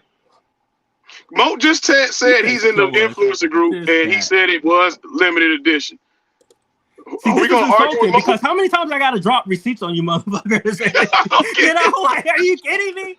So now, I'm gonna Carl, make a whole short. I'm gonna cook this shit. Carl, did you just you got members of the influencer group, Carl? I'm gonna have to chicken head bob. You got to take the I'm L, gonna meme Carl. you, Carl. I'm gonna You got to take the L, bro. Are you gonna argue with Mo if Mo just told you he in the group? It's gonna be all for fun, Carl. But I'm gonna meme you. Yeah, you gotta take the L, truth, bro. Carl. Come on, bro. Carl like debating. I learned that. He likes to debate. He know the truth. You ain't gonna argue with Mo and Mo's in the group. People you're talking to. Let me see. Stephen Haywood said the same shit. They said it was limited. I'm gonna pull it up because I got it. He said, "Smack me down." Carl, you like Carl I'm was one of listening. those kids that was a habitual line crosser. I bet he used to cross lines with his parents all the time. They tell him don't do it, and he debating with them. Yeah. Habitual line crosser is what I'm calling Carl. You the habitual line crosser. That's your new Man. nickname from the Off the Cuff family. Carl O, aka the habitual line crosser. I'm gonna find this picture because ooh, Get him. He wants to get smacked Get down. him. He likes it rough. He likes it rough. He said, "Smack me down." smack him down. Smack him. AKA habitual line crosser. Now I get it. You got Take friends your of L, yours, Carl. Carl, that's Take in the the little stuff. influencer group, and they probably lying to you about stuff. But it's not gonna work out. Carl, take your L like me and Mensa had to do. Yeah. Just We take took it. ours. Right Yeah, is we right. took and wrong our is L, wrong. man. Facts are facts. I believe in facts. Yeah, took our Okay. L, bro. And the facts are there's an email that says Take your it's a L. big date. I'm just trying to, you know what? Hold on. My screen may go, but I'm gonna do a quick search. Can you still hear me? Can you still Yeah, I hear can me? hear you. Yep, All right, yep. I cool. got you. So loud and clear. I'm pulling this shit up now. Hold on. 'Cause yeah. You mean yeah, you gonna get this work, Kyle. Let's see here. Where's that email at? Type in the date, December 31st. I want that, man. Oof. We got a bunch of shit dropping. He said the Mandela effect. JLS some food for that. Yeah. Damn it. Here we go. Yeah. Installation timeline. I got one, but I'm gonna find the email, even though I got the other one. Feel right. I mean, CEP or standard. Hey, I Phil, mean, if you got it, hook me up. I'm trying to, because it's cluttered. Let's see here. we all gonna be having machines in March. The market's gonna be flooded with different IPs. Watch. I'm gonna have my Attack from Mars though. I would have got Star Trek if they would have had better graphics. I like Star Trek personally, but I just didn't like the graphics they used. All right, let's see here. Hey, Which Phil, pre-order? if you got JLS, what you talking about? Because it's flooded in my pictures. What, JLS, you talking about Unico?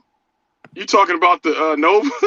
JLS about to get the candy cab? Oh, shit. See, but We gonna have to you going to be on the couch, Will. Shit, I might be with you, brother. We might as well just be couch buddies. Hey, I know somebody who bought the Sente still hasn't told his wife. Who, you? No, not me. My wife knows about this. That's why I had to cancel the act. Oh.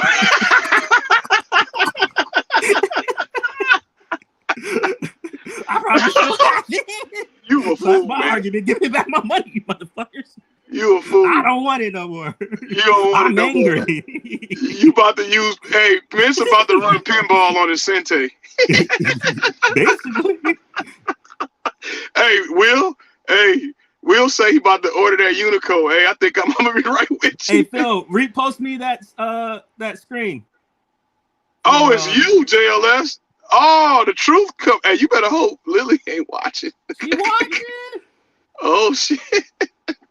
Man, We sorry. Hold on, let me type in the word email. He said big ass freight box gonna arrive in March. Hey, shit. What's this? Hey, I lied and said Mensa sent me a review unit. I didn't buy that. Mensa bought it.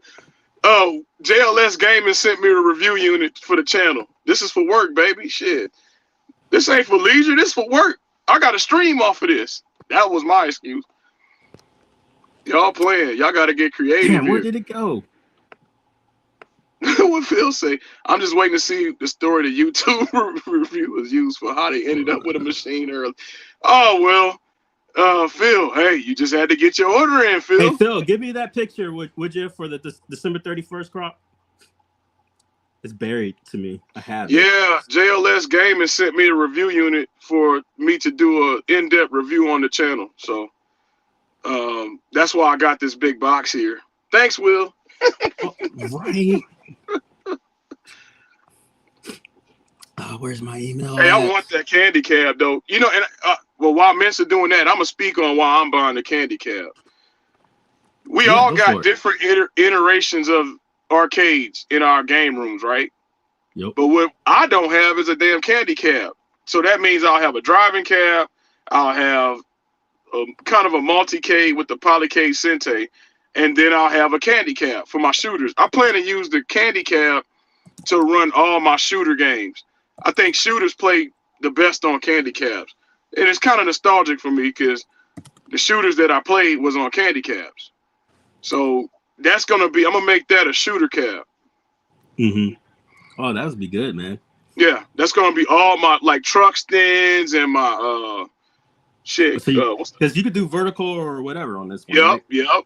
No, I'm not going horizontal that. I'm just going to be straight vertical, and I'm going to have like truck stand and all my favorite shooters is going to be on that one cab. Okay. Yep, that's how I'm going to do that. Man, I'm gonna get the base too. What's the full price? What, 1,000 for the base end, or is it just 1,000 for the top? It's 99 or 1,000 for the top. Okay, then and the like base is like 200 or 400 for the base. so we talking about what? It's $1,300 $1,400 to include the chairs, and then like $1,100 to $1,200 to not. Ow! Yeah, I feel good. it's not bad. I mean, if That's you look not at bad. the Ulix, The Vulix is 2,000 and try for. to hunt it down. Yeah. Okay, so Tech Buzz said 1,400 for all bases.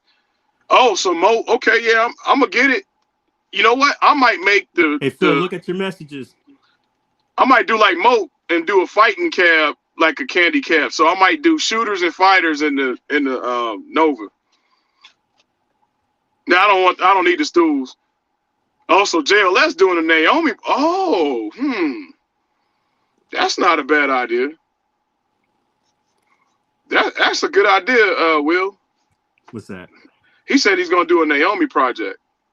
Yeah, that's gonna be genius. You know, that's pretty much the premise.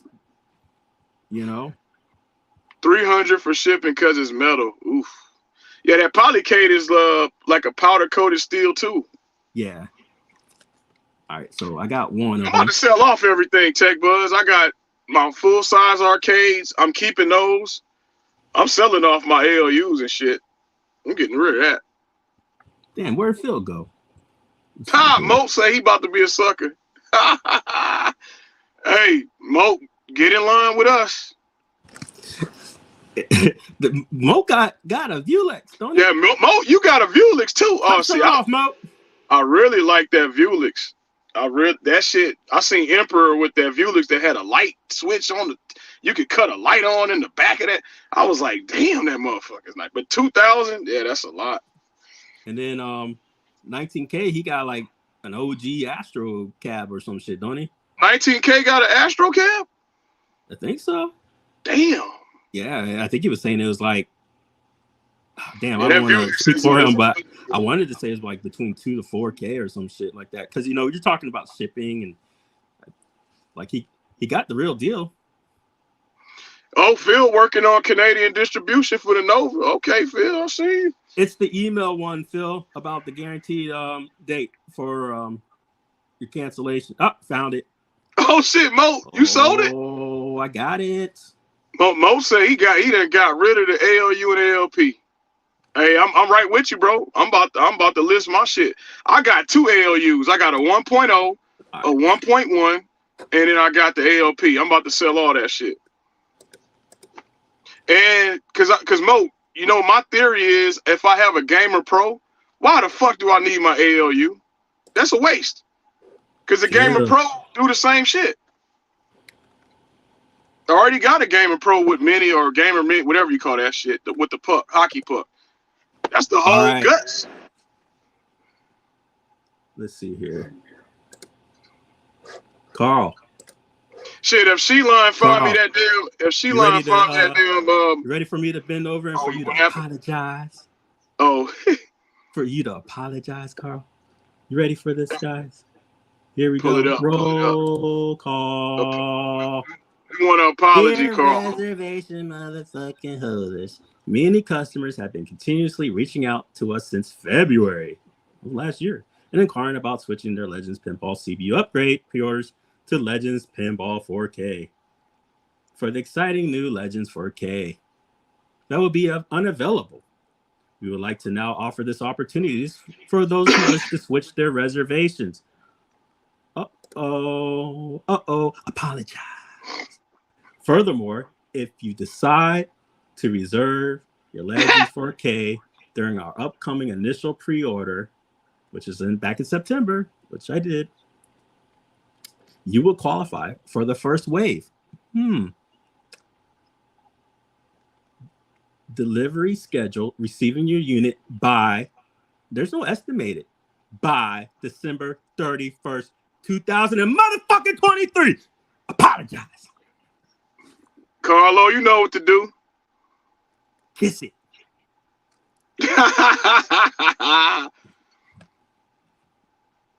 Oh, boy, that boy keep on.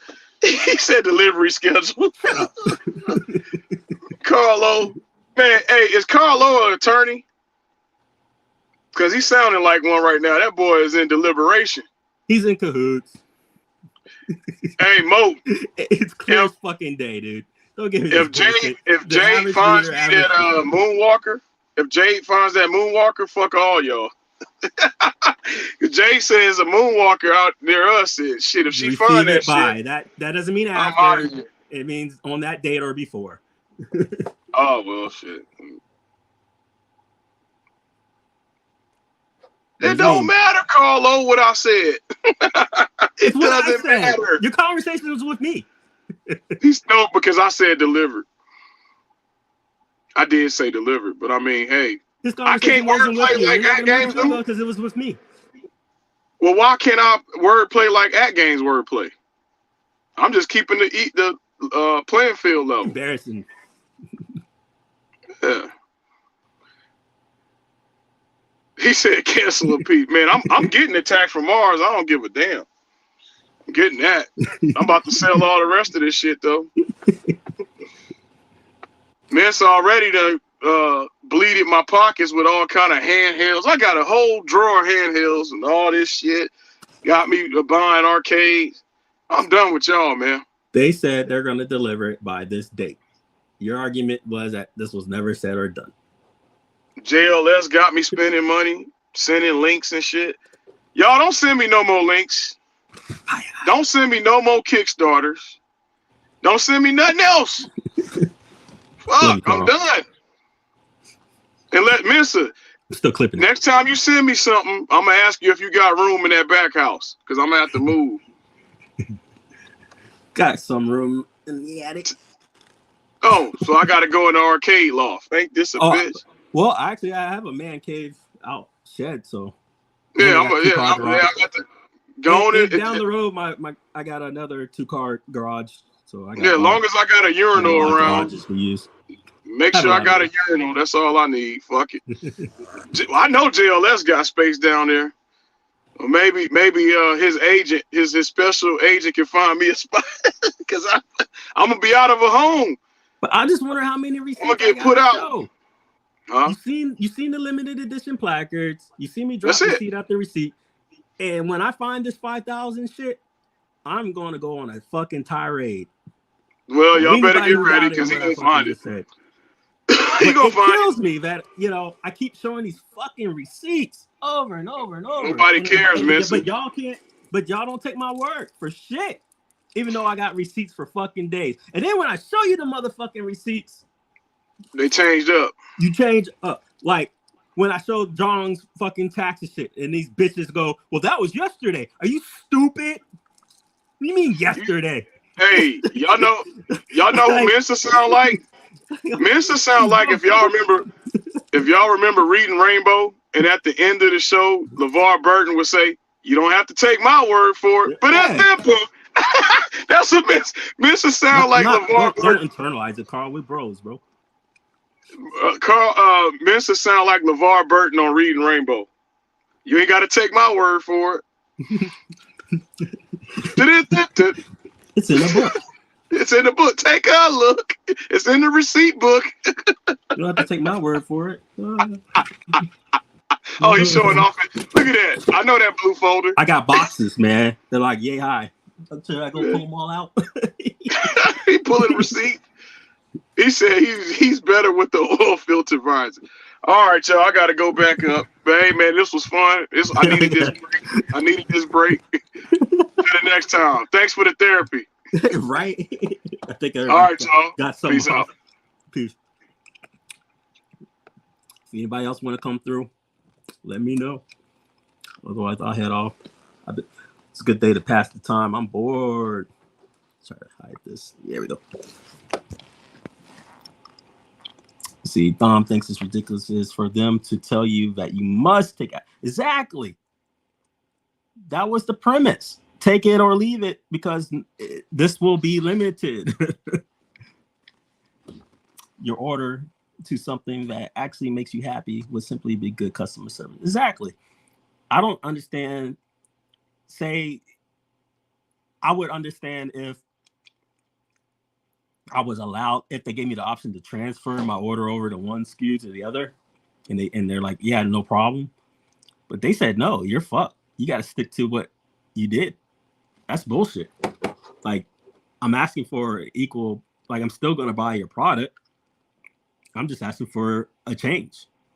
And then I'm doing you a favor because you're still not going to give what I want on time. And I'm asking for, now I'm accepting the delay for a different product. I think that's bad practice. But what they don't get is that there's rights out there for people, regardless of what they little fine print or not fine print that they put on these products. As far as if you don't deliver a resource and there was an expectation, a reasonable expectation, not some wordplay bullshit, your bank or if you do small claims or whatever, they're going to go for the reasonable expectation. Just like the whole Pepsi shit with the jet plane. Guy won a contest. Pepsi said they were going to give him a freaking jet plane. And he won it. He sued for a jet plane. Courts were like, no. You seriously thought you were going to get a jet plane? Oh, yeah, that's what's going to happen. If I'm going to be sleeping on the couch, it's going to be because of Attack from Mars, not because of freaking Cousin It. Hell to the no. Let's see what we got here. Let me pull up the Unico shit. Let's talk on that. Unico USA. Share screen. Presents. Share screen. Unico. Facebook. There we go. Share. Sweet.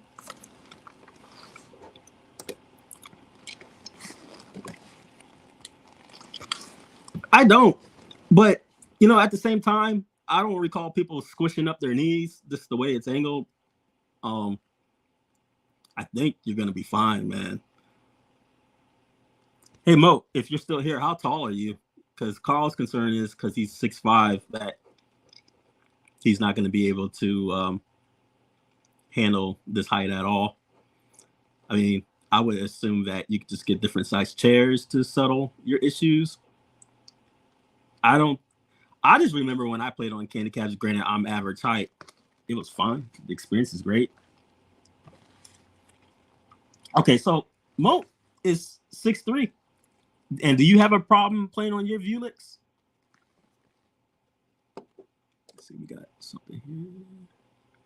Because, I don't know. I think let me see here.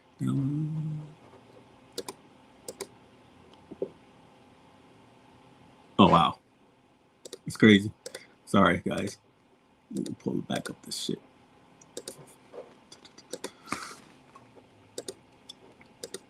I lost my place.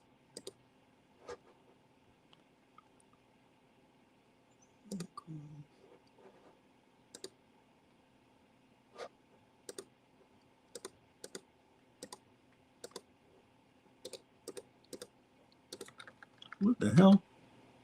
There it is. Fuck. Sorry about that. All right. Maybe like say he should be sitting fine. No, not at all. The standard Felix height is fine, just like a candy cap. Just raise the stool a bit. There you go, man. You should have no issues. I mean, there's people of all heights, all weights, all demographics that played on these. And then, when I was over there, I didn't see an issue with people who were above my height playing on these things. Honestly, I think you're going to find a better gaming experience sitting down. And don't forget, arcades were designed for these type of products.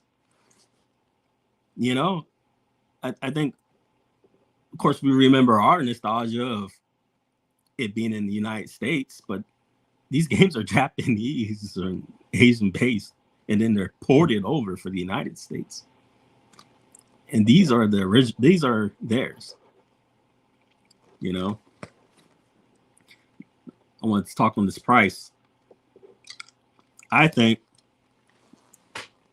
it's my opinion only, this is a good price, especially in comparison to all the other prices out there. I'm sure people will find 100 arguments not to like it. I guess one probably argument would be, well, if you want that, why not just get a real one? I think this is as real as you get. It's custom made. I think he's putting a lot of heart and design into this. It looks damn near identical to me. It's not made of like wood. It's like aluminum steel or whatever, and you're not going to find a better price. I don't think. These things aren't cheap, guys. I didn't even think a base was going to come with it. I find it just fine. Someone had an issue with the coin receptors. Personally, I think they're ignorant. If you've never been over there, you don't know what these things look like and how slender they are. I think it's just fine. People will argue about the stools. I get it. Why would the fuck would you spend up to $300 for 2 stools? Once again, I think Jay's point is to bring the damn it, lost my words, but bring something that's as accurate as possible to your house. If you were to go and say, hey, I want the real deal and buy these chairs, these are like $250 each. The Sega arcade stools. Say GameStop pre-order is perfect example. Exactly. It allows you to exactly. That's exactly it.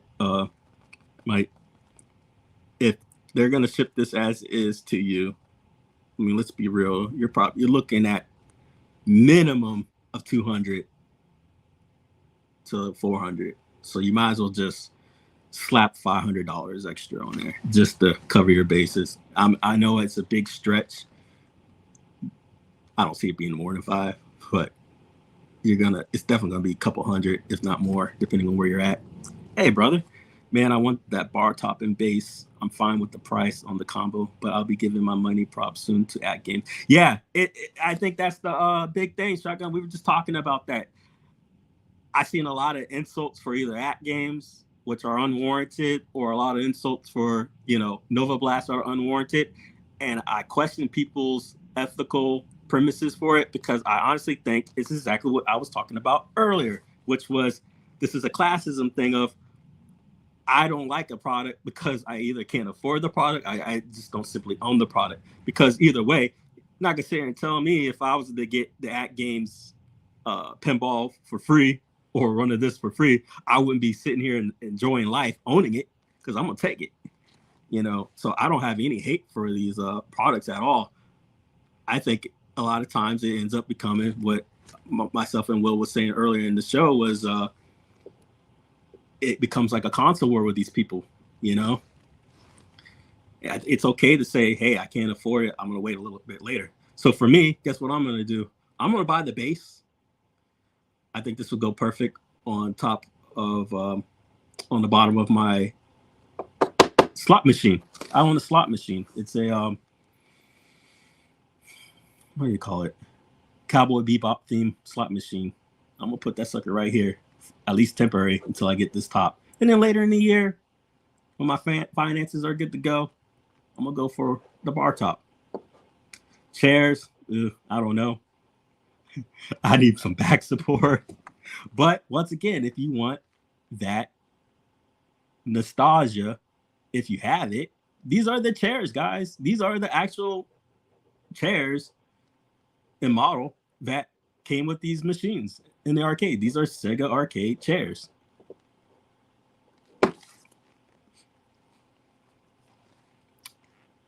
And that's another ignorance. I screenshot this, Mo. I promise you. Somebody who I think they were shitting on it on the IRK forums. Go figure, right? They were shitting on this product, and someone said something like, "I don't care about the Sanwa," or some bull crap on this product. And it's like, are you kidding me? Like, did you just really insult the product because it has Sanwa in it? Like the premiere of like the go-to? What is wrong with people? Yeah, that's a good idea, man. And then, you know, let other people find out if it's good or not, right? Yeah, man. I can see it's modular. I mean, it's pretty base, the screen, and I wouldn't see why they couldn't add a trackball to this. And it's pretty open. You're looking at a machine, you could pretty much drop anything in.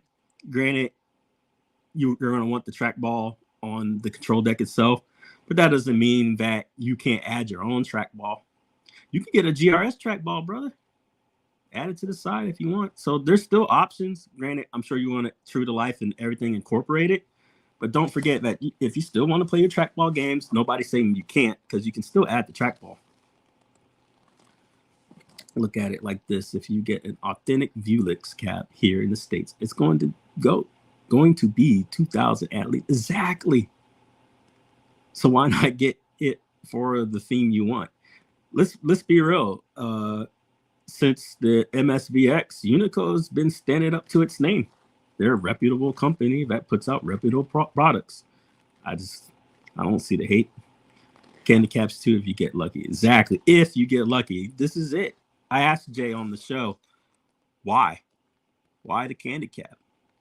And he was blunt, because nobody else is doing it. Why not? Thank you, brother. Right? I'm kind of scared to sit on him too. I'm like, nah. But the thing about it is, still, these are here. You know what? Why am I'm gonna put it in Sega arcade chairs. I'll pull them up. I mean, shit. On this one, I just pulled up. They're like $300. They're a little longer. I don't know if this is authentic or not on this one, but I'm just going to show you the pricing of just even get close to the theme of this shit. Let's see here. Present. Share this. Share this tab instead. All right. You know, just to even get close. This one's got a little back thing. But you can see it's close to it here. That's the thing.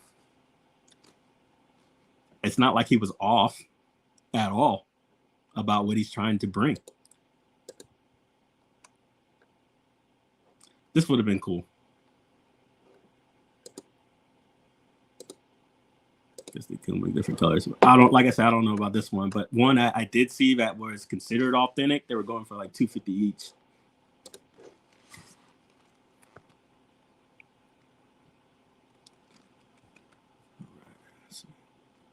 But yeah, full circle. I'm gonna find this from my memory for At Games. The Addams Family Pinball Machine was supposed to be a 5,000 limited edition run. And that was the whole point to the placard, which I've showed you. There is a placard that is numbered. So to see it now changed is bogus.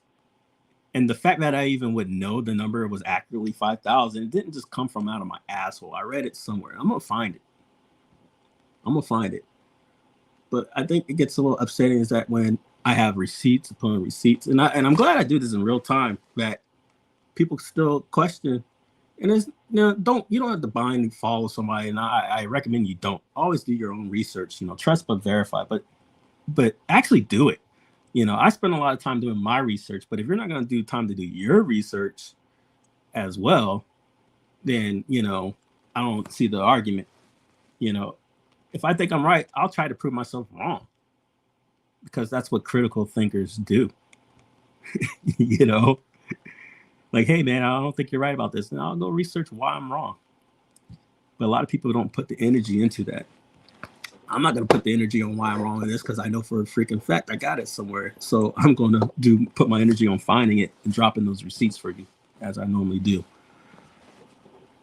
The facts are, if you ordered the At Games upgrade and you canceled, which many of us did, you were given a guaranteed $50 receipt and a guaranteed delivery date by December 31st. The buck has been moved to February. If you want to keep your order, that's so be it. But for those that are not satisfied with that response, they should be offered a refund. And guess what? At Games said they were going to offer a refund. And they lied, because I asked for mine, because they moved the date, the promissory date, and they said no. So I sent all this information with the facts, with the receipts, with the documents of these dates to my bank. And so far I've been awarded my chargeback. It's going to be up to At Games to prove that everything I sent was not right. And they're going to have to articulate why 6 to 8 months after the fact, I don't have a product in my hand.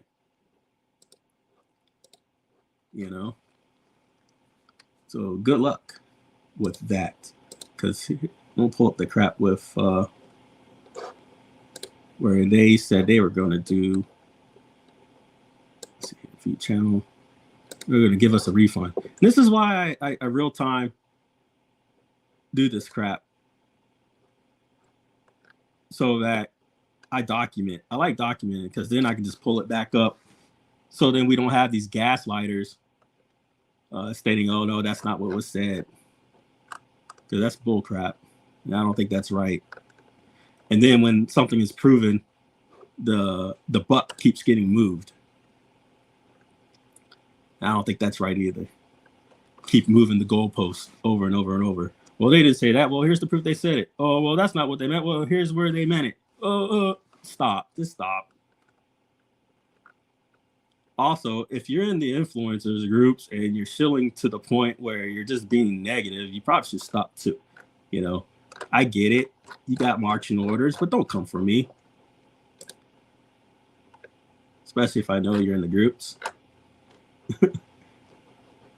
Because that's not cool. Let's see here. Videos. Let's see, At Games. Where is it? Damn, this shit was a long time ago, huh?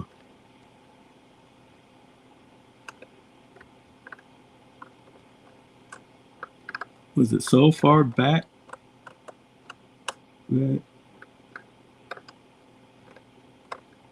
is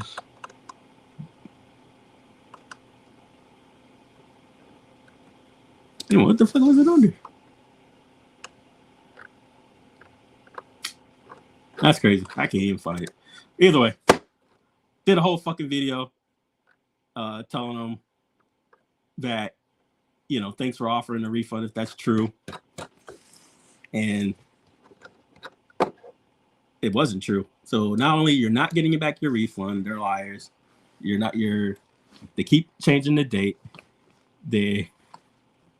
I know you're not, because I've seen everybody who's in it. I know. I eyes and ears, buddy. I know. But I don't know. Don't try to gaslight the community if someone's speaking the truth. I believe you. I knew there was a refund to be offered, but forgot about the dates. So this is why I've been hearing negative. Yeah. So, and I got no hate against At Games, man. I got their products. I like At Games products. I had an issue with the gaslighting because things were supposed to go well. We started up a whole At Games Legends group just to shill At Games, you know. So where's the hate? The problem is the supporters, because you know they're going to get their way, you know, and we lose out, and it's ethical. Why? I don't find it fair at all, especially if the dates keep getting moved, and I get irate at gaslighting. If you guys don't know what that is, it's basically based off of like a movie where the dude would, you know, let's say I have a remote here, and then every day this remote was slowly move, right? And it was slowly moving because I'm the one who's moving it. And then your spouse or significant other goes, did that remote move? And you go, no, I don't know what they're talking about. That's gaslighting. You know, and it got popularized and whatnot. So stop, because they got the pictures, got the receipts. The dates are there. This isn't some fucking conspiracy. Just all At Games has to do is just be transparent. Guys, there's a shipment error. People are gonna love you for speaking the truth. But you know, these are the facts. Please bear by. You know, we're doing everything we can, you know, or spin it. You know, we're doing this to make the product better, blah, blah, blah, blah. But no, it was a clusterfuck. And because, you know, these people can't, you know, look bad, they send out their army and then go, well, this is the pitch. You know, this is the pitch to combat you, or, you know, combat people like me who is speaking out going, hey, wait a minute, that's not the original date. And if I'm doing something reasonable, like, well, can I at least change my order? And you say, no, well, fuck you. And then if you seriously think you're allowed to keep my money, I don't give a fuck what it said. You know, you got to think about people around the world. You don't know if I got a brain injury or a disability or anything. You just can't keep somebody's fucking money because the small print said otherwise. We didn't sign a fucking contract, guy. You know, that's not how that shit works. There's a lot of errors in his business model. Like, just give me back my money. Right? Are you saying the post 4 days ago is different from what was said before? No different from when you said Arlene was wrong and she was right. You know, if I spoke to a tuber who I know is in those groups, and I go, you know, Arlene, who is basically like in charge of the brick, you know, vice president or whatever, right? And she sitting here and she's telling us X, Y, and Z. And then she's confirming that orders are going to be delayed. This is when the fiasco started, right? Then it was Army sent out to counter her and say she's wrong. You know how fucking insulting that is? How the hell are you going to tell a woman of her stature she's wrong on fucking anything? Who the hell are you? How do you know? Because she's in charge. She's the one who sends she's the one you have to go through to get these orders. Like, know her place and know your place. So then I send them, you know, the thing, and they go, well, PK personally told me. And I'm like, well, who the fuck are you? Nicely. Why are you being sent? Why are you being told firsthand information, but the person who's in charge of a whole fucking country orders isn't getting the information? Oh, I don't know. Man, come on. You guys serious right now? That the person who's charged of North America's shipment to a whole fucking country doesn't have the facts, but Mr. YouTuber is? Got it? Come on. People sound silly. I mean, are we serious right now? You see where I'm coming from? So then her integrity is being attacked, which I find bullshit. And that's not okay. And then we're sitting here quoting her, and then we're right. Just like every fucking thing else, we're right. And we're not coming at this with some vendetta shit. We made a shill group to shill on behalf of the company, but we're going to keep it truthful. See, there's a difference. You can ethically influence, speak on the truth, like Wagner, you know, XYZ. It's the problem is if I see the CEO's talking points get put in this stuff, and then I see quote unquote pasting getting sent out, I now know you're full of shit because these aren't your own words, you know. And then, you know, it's just wrong, and I don't. It's not cool. Can you read that post? I don't know what dates are you talking about, Carl? I just know that I've already showed you that if you pre-ordered, at least to the people who pre-ordered, which I did, the CPU, you're guaranteed to be in the first wave.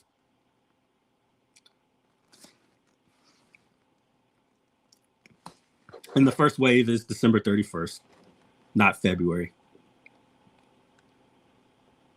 I mean, I don't know what else to say. Do you know the date you're talking about?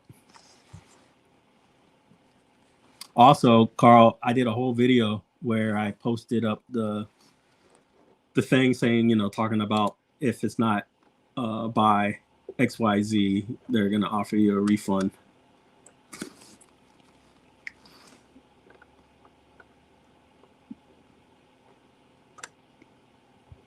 So, yeah.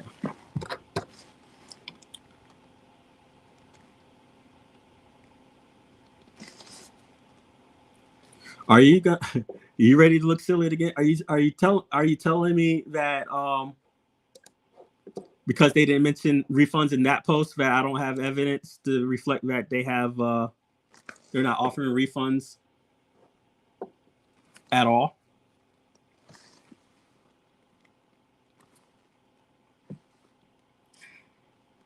Sean, you're not going crazy. It's real. December 31st is the date. But you have folks here saying, no, we can't all be wrong, bro. I've already showed the receipts that December 31st was the date originally. And then they also promised the date in an email confirmed. Also, yes, they confirmed there was going to be a refund. I did the video. It's online. It's on my YouTube. And I posted a screenshot of them offering the refund by XYZ.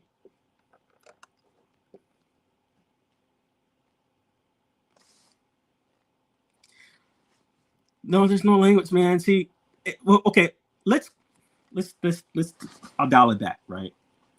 Let's take your premise and say the language is confusing. Let's go with that. Don't you think that's a problem? Why should anything be confusing? Let's play that card. It's confusing. People aren't able to use reasonable assessment. Why are they using confusing language? How ethical is it to right? There we go. So that alone, even so, we'll just go with that. Why is there confusing language? I find that deceitful because there should be no confusing language. There shouldn't be where I debate yay or nay, that we're even debating that we thought this or thought that. There should be nothing open for interpretations, because when people pull stunts like that, they can easily say, well, that's not what I meant, you know? And I find that very deceitful because they can just keep moving the buck, and they have. You know what I mean? And it's just not good practice. And it makes me feel extremely guilty if I want to purchase their product, which sucks because I want to. but I'm not finding what they're doing here okay at all. And I'm new to the scene. Like, guys, I just created this YouTube in April. From what I've seen, I was like, dang, I only been here around that long. And my first arcade system was the iArcade. So I don't know any of the backstory on At Games or Arcade 1-Up or all this other silly crap. I just know that I wanted a Addams Family unit, and I was going to get the Addams Family unit because it was going to be a limited edition run at 5,000. I didn't just make that up in my head. I don't do that. You know, I screenshot everything. And I even showed you the placard, which is common sense. The placard is numbered, number 1, 00001. It's numbered that way because for each unit made, they're going to put a number down. It's not going to say number 27,991. No, it's going to be 1 through 5,000. You know, actually, I might have type in the number 5,000 on my search here. See if that pops up in my chats. See, search messenger 500. Enter. Nothing. Damn it. I'm gonna find that sucker because I'm not gonna be bamboozled. But yeah, that was supposed to be limited edition, and now they're saying it's not limited edition. So why would you have a placard? Let's go with that. Let me dial it back. Why would you have a number placard? What are number placards for? Someone tell me, please. Because last I checked, a number placard was to reflect something was limited. You know, just like anything else. You get a Hasbro toy and it's got a placard on it with a number. It's to show you that, hey, you got number 250 out of the 8,000 ever made. You know? It's deceitful. Which would be satisfactory. If you want to keep your Addams Family, you should be able to keep your Addams Family and be 1,000% happy. I was 1,000% happy at the improvements that they made on Addams Family. I'm glad that they changed the placard placement. I'm glad that they centered the door, which people were also gaslighting on, trying to say it was already centered. I'm sorry, Wagner, but you did it too. I love his reviews. I think he's one of the best in the game. But when I saw him put what he put up, it was definitely something that was not his. He got told to put that up and he did it. So he kind of lost me on there. Otherwise, I love his reviews. I think he's objective. But when he put that on the post, I was shaking my head. Come on, man. That's not just true.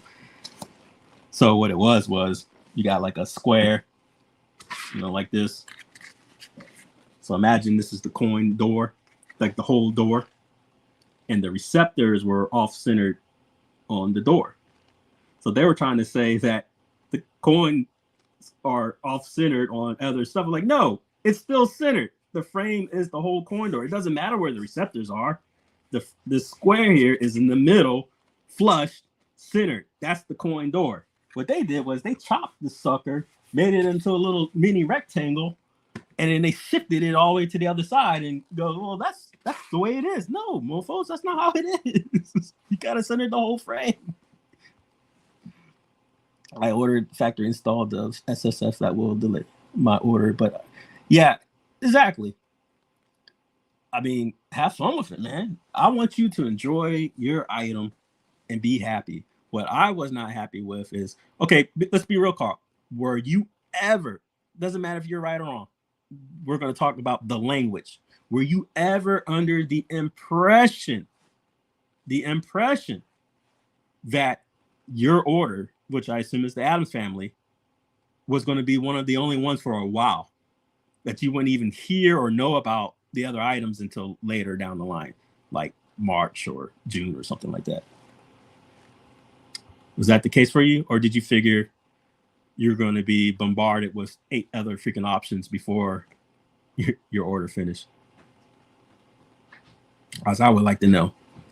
Because the way I read a lot of things, there was insistence on getting it through FOMO, because get it while it's hot, because if you don't, you're going to miss out on the pricing. just to come around a month later and go and drop 4 more items at a price that's cheaper. So I'm exaggerating. The first order was like $900, first wave. I missed it. You know, I'm exaggerating. And you know, then you got wave 2, which is now at $1,200. But then if now you're stuck mandatory on the 1,200 wave, right?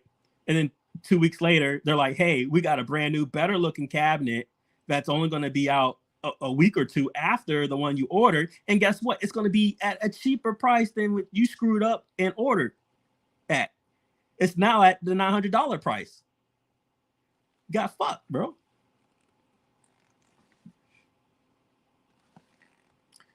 Right. Now, I get it. We should never assume. But why did you think that? Was it because you could swear in your head you read certain language that determined that thought process, or did you just assume and you had no right to assume? I personally wanted Addams Family. It's one of my favorite cats. Okay. Anything close would be Star Wars. Yeah. I do like the Star Trek one myself. If they came, I know you said Star Wars though. If they came out with a skin for it, but man, I love horror shit.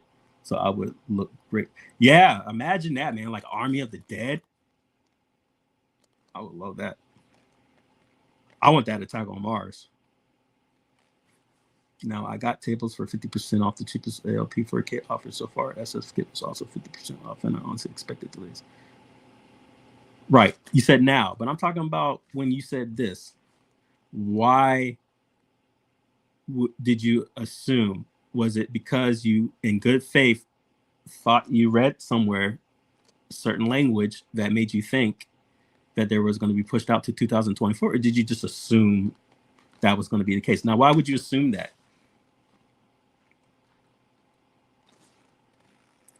I'm pushing these questions for critical response, critical thinking response. That's why I'm asking you these questions.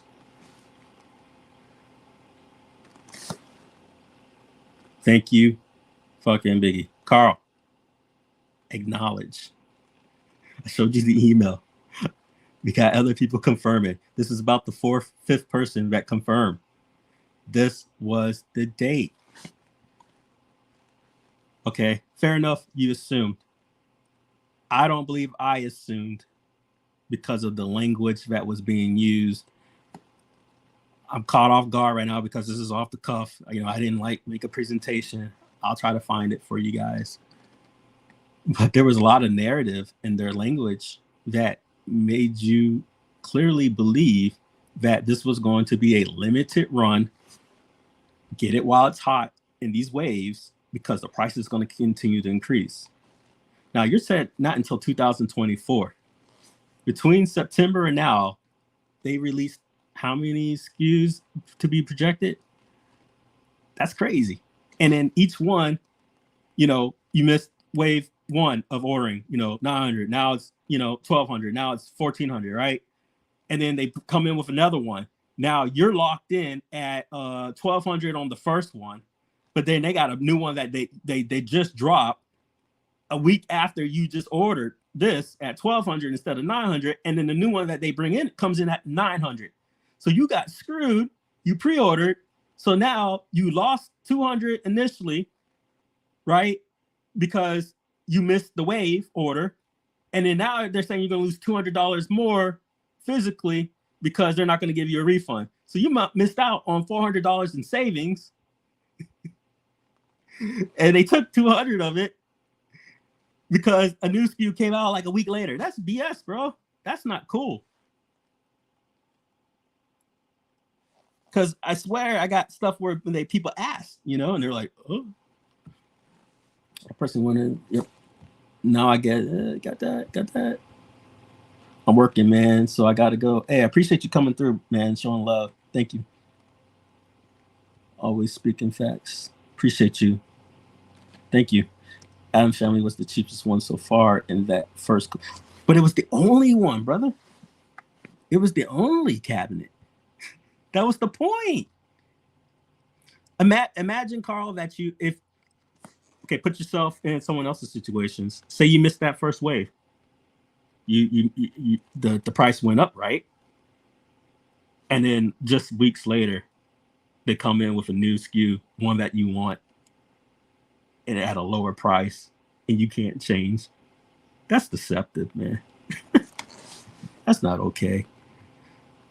You know, I mean, if I was brand new looking at this now and see what I want, you know, I'm like, okay, I'm cool. But to be the first, and then to show that it was going to be, I'm assisting. I'm personally going to double down. And if I find myself to be wrong, I'll openly apologize about it. But I'm going to double down on this. That Addams Family was supposed to be a limited run of 5,000. And it's enforced by the premise that I've proven and showed you that the placard was numbered.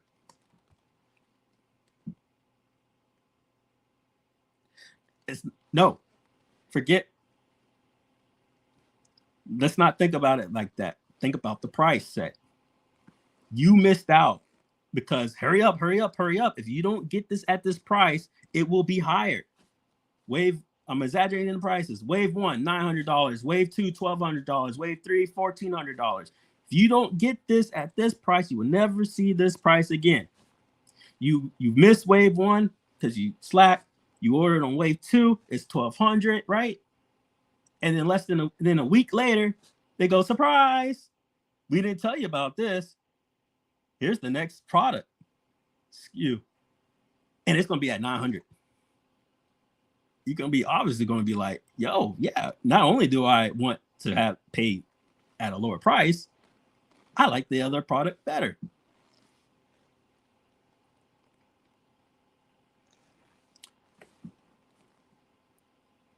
I don't know what to say about that. I don't think Kickstarter does that at all. Kickstarter usually tells you what you're going to get. Like, you have an option. Kickstarter would normally lay it all out. Like, so if AtGames was doing a Kickstarter, they would have all, you know, hey, order this, order that. But that's the thing. It wasn't on the Kickstarter model. You know, when you sign up for Kickstarter, you're signing up, you know, you're saying that you're willing to risk a lot of stuff. And also on Kickstarters, it will tell you if this project is not funded, you know, within this amount of time, you get your money back. Or if this project is not funded, you're not going to get your money back. Like, it tells you. Right. And now imagine if you ordered your Polycade and then less than a week after you ordered your Polycade, he's like, not only do I have the Polycade Sente, but I got the Polycade Sente Plus, and it's going to be at the same price that you just ordered your Polycade at. And no, you will not get you're not going to get your pre-order money back. I'll be pissed. And that's what happened. You know? And it was a crowdsourcing campaign, and I think that's deceptive to me. But what AtGames did, is it a business model that can work to get people's money? Absolutely. Do I find it ethical? Absolutely not. So as a consumer, shame on you, AtGames. You know, as the guy who got your, you know, their money, whatever. But look, cashbacks don't work just because you ask the bank for your money back. They have to investigate, and then they have to go, no, you don't get your money back because what they did was legal. You know, so you know what I mean? There has to be a reason that they take back their money, because they have the right to go, no, he signed this document. He said he's going to give us the money and he's not going to get it back. And if that's the case, if that's the rules, if that's the law, then no, you don't get your money back. But if the bank is saying, yeah, this is a no-go, then clearly they're in the wrong.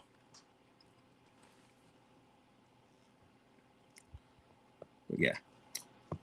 I only got on because I was fucking bored, waiting on the kiddos, and goddamn it, I've been on way too long. Appreciate anybody who came through. I say you guys have a great day. And Carl, when I find that 5,000, I'll make sure to put it up.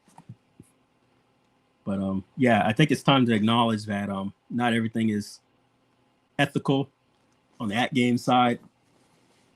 Do they have a good product coming out? Absolutely. What they're pulling with the fiasco of the The delayed shipments, I think it's deceptive. Is it their fault that the shipments were delayed? Absolutely not. You know, is it their fault that they're being deceptive on saying that Arlene was not telling the truth? Yeah, that's fucking foul. And I don't find the lack of transparency ethical at all. But you guys have a great day. Peace.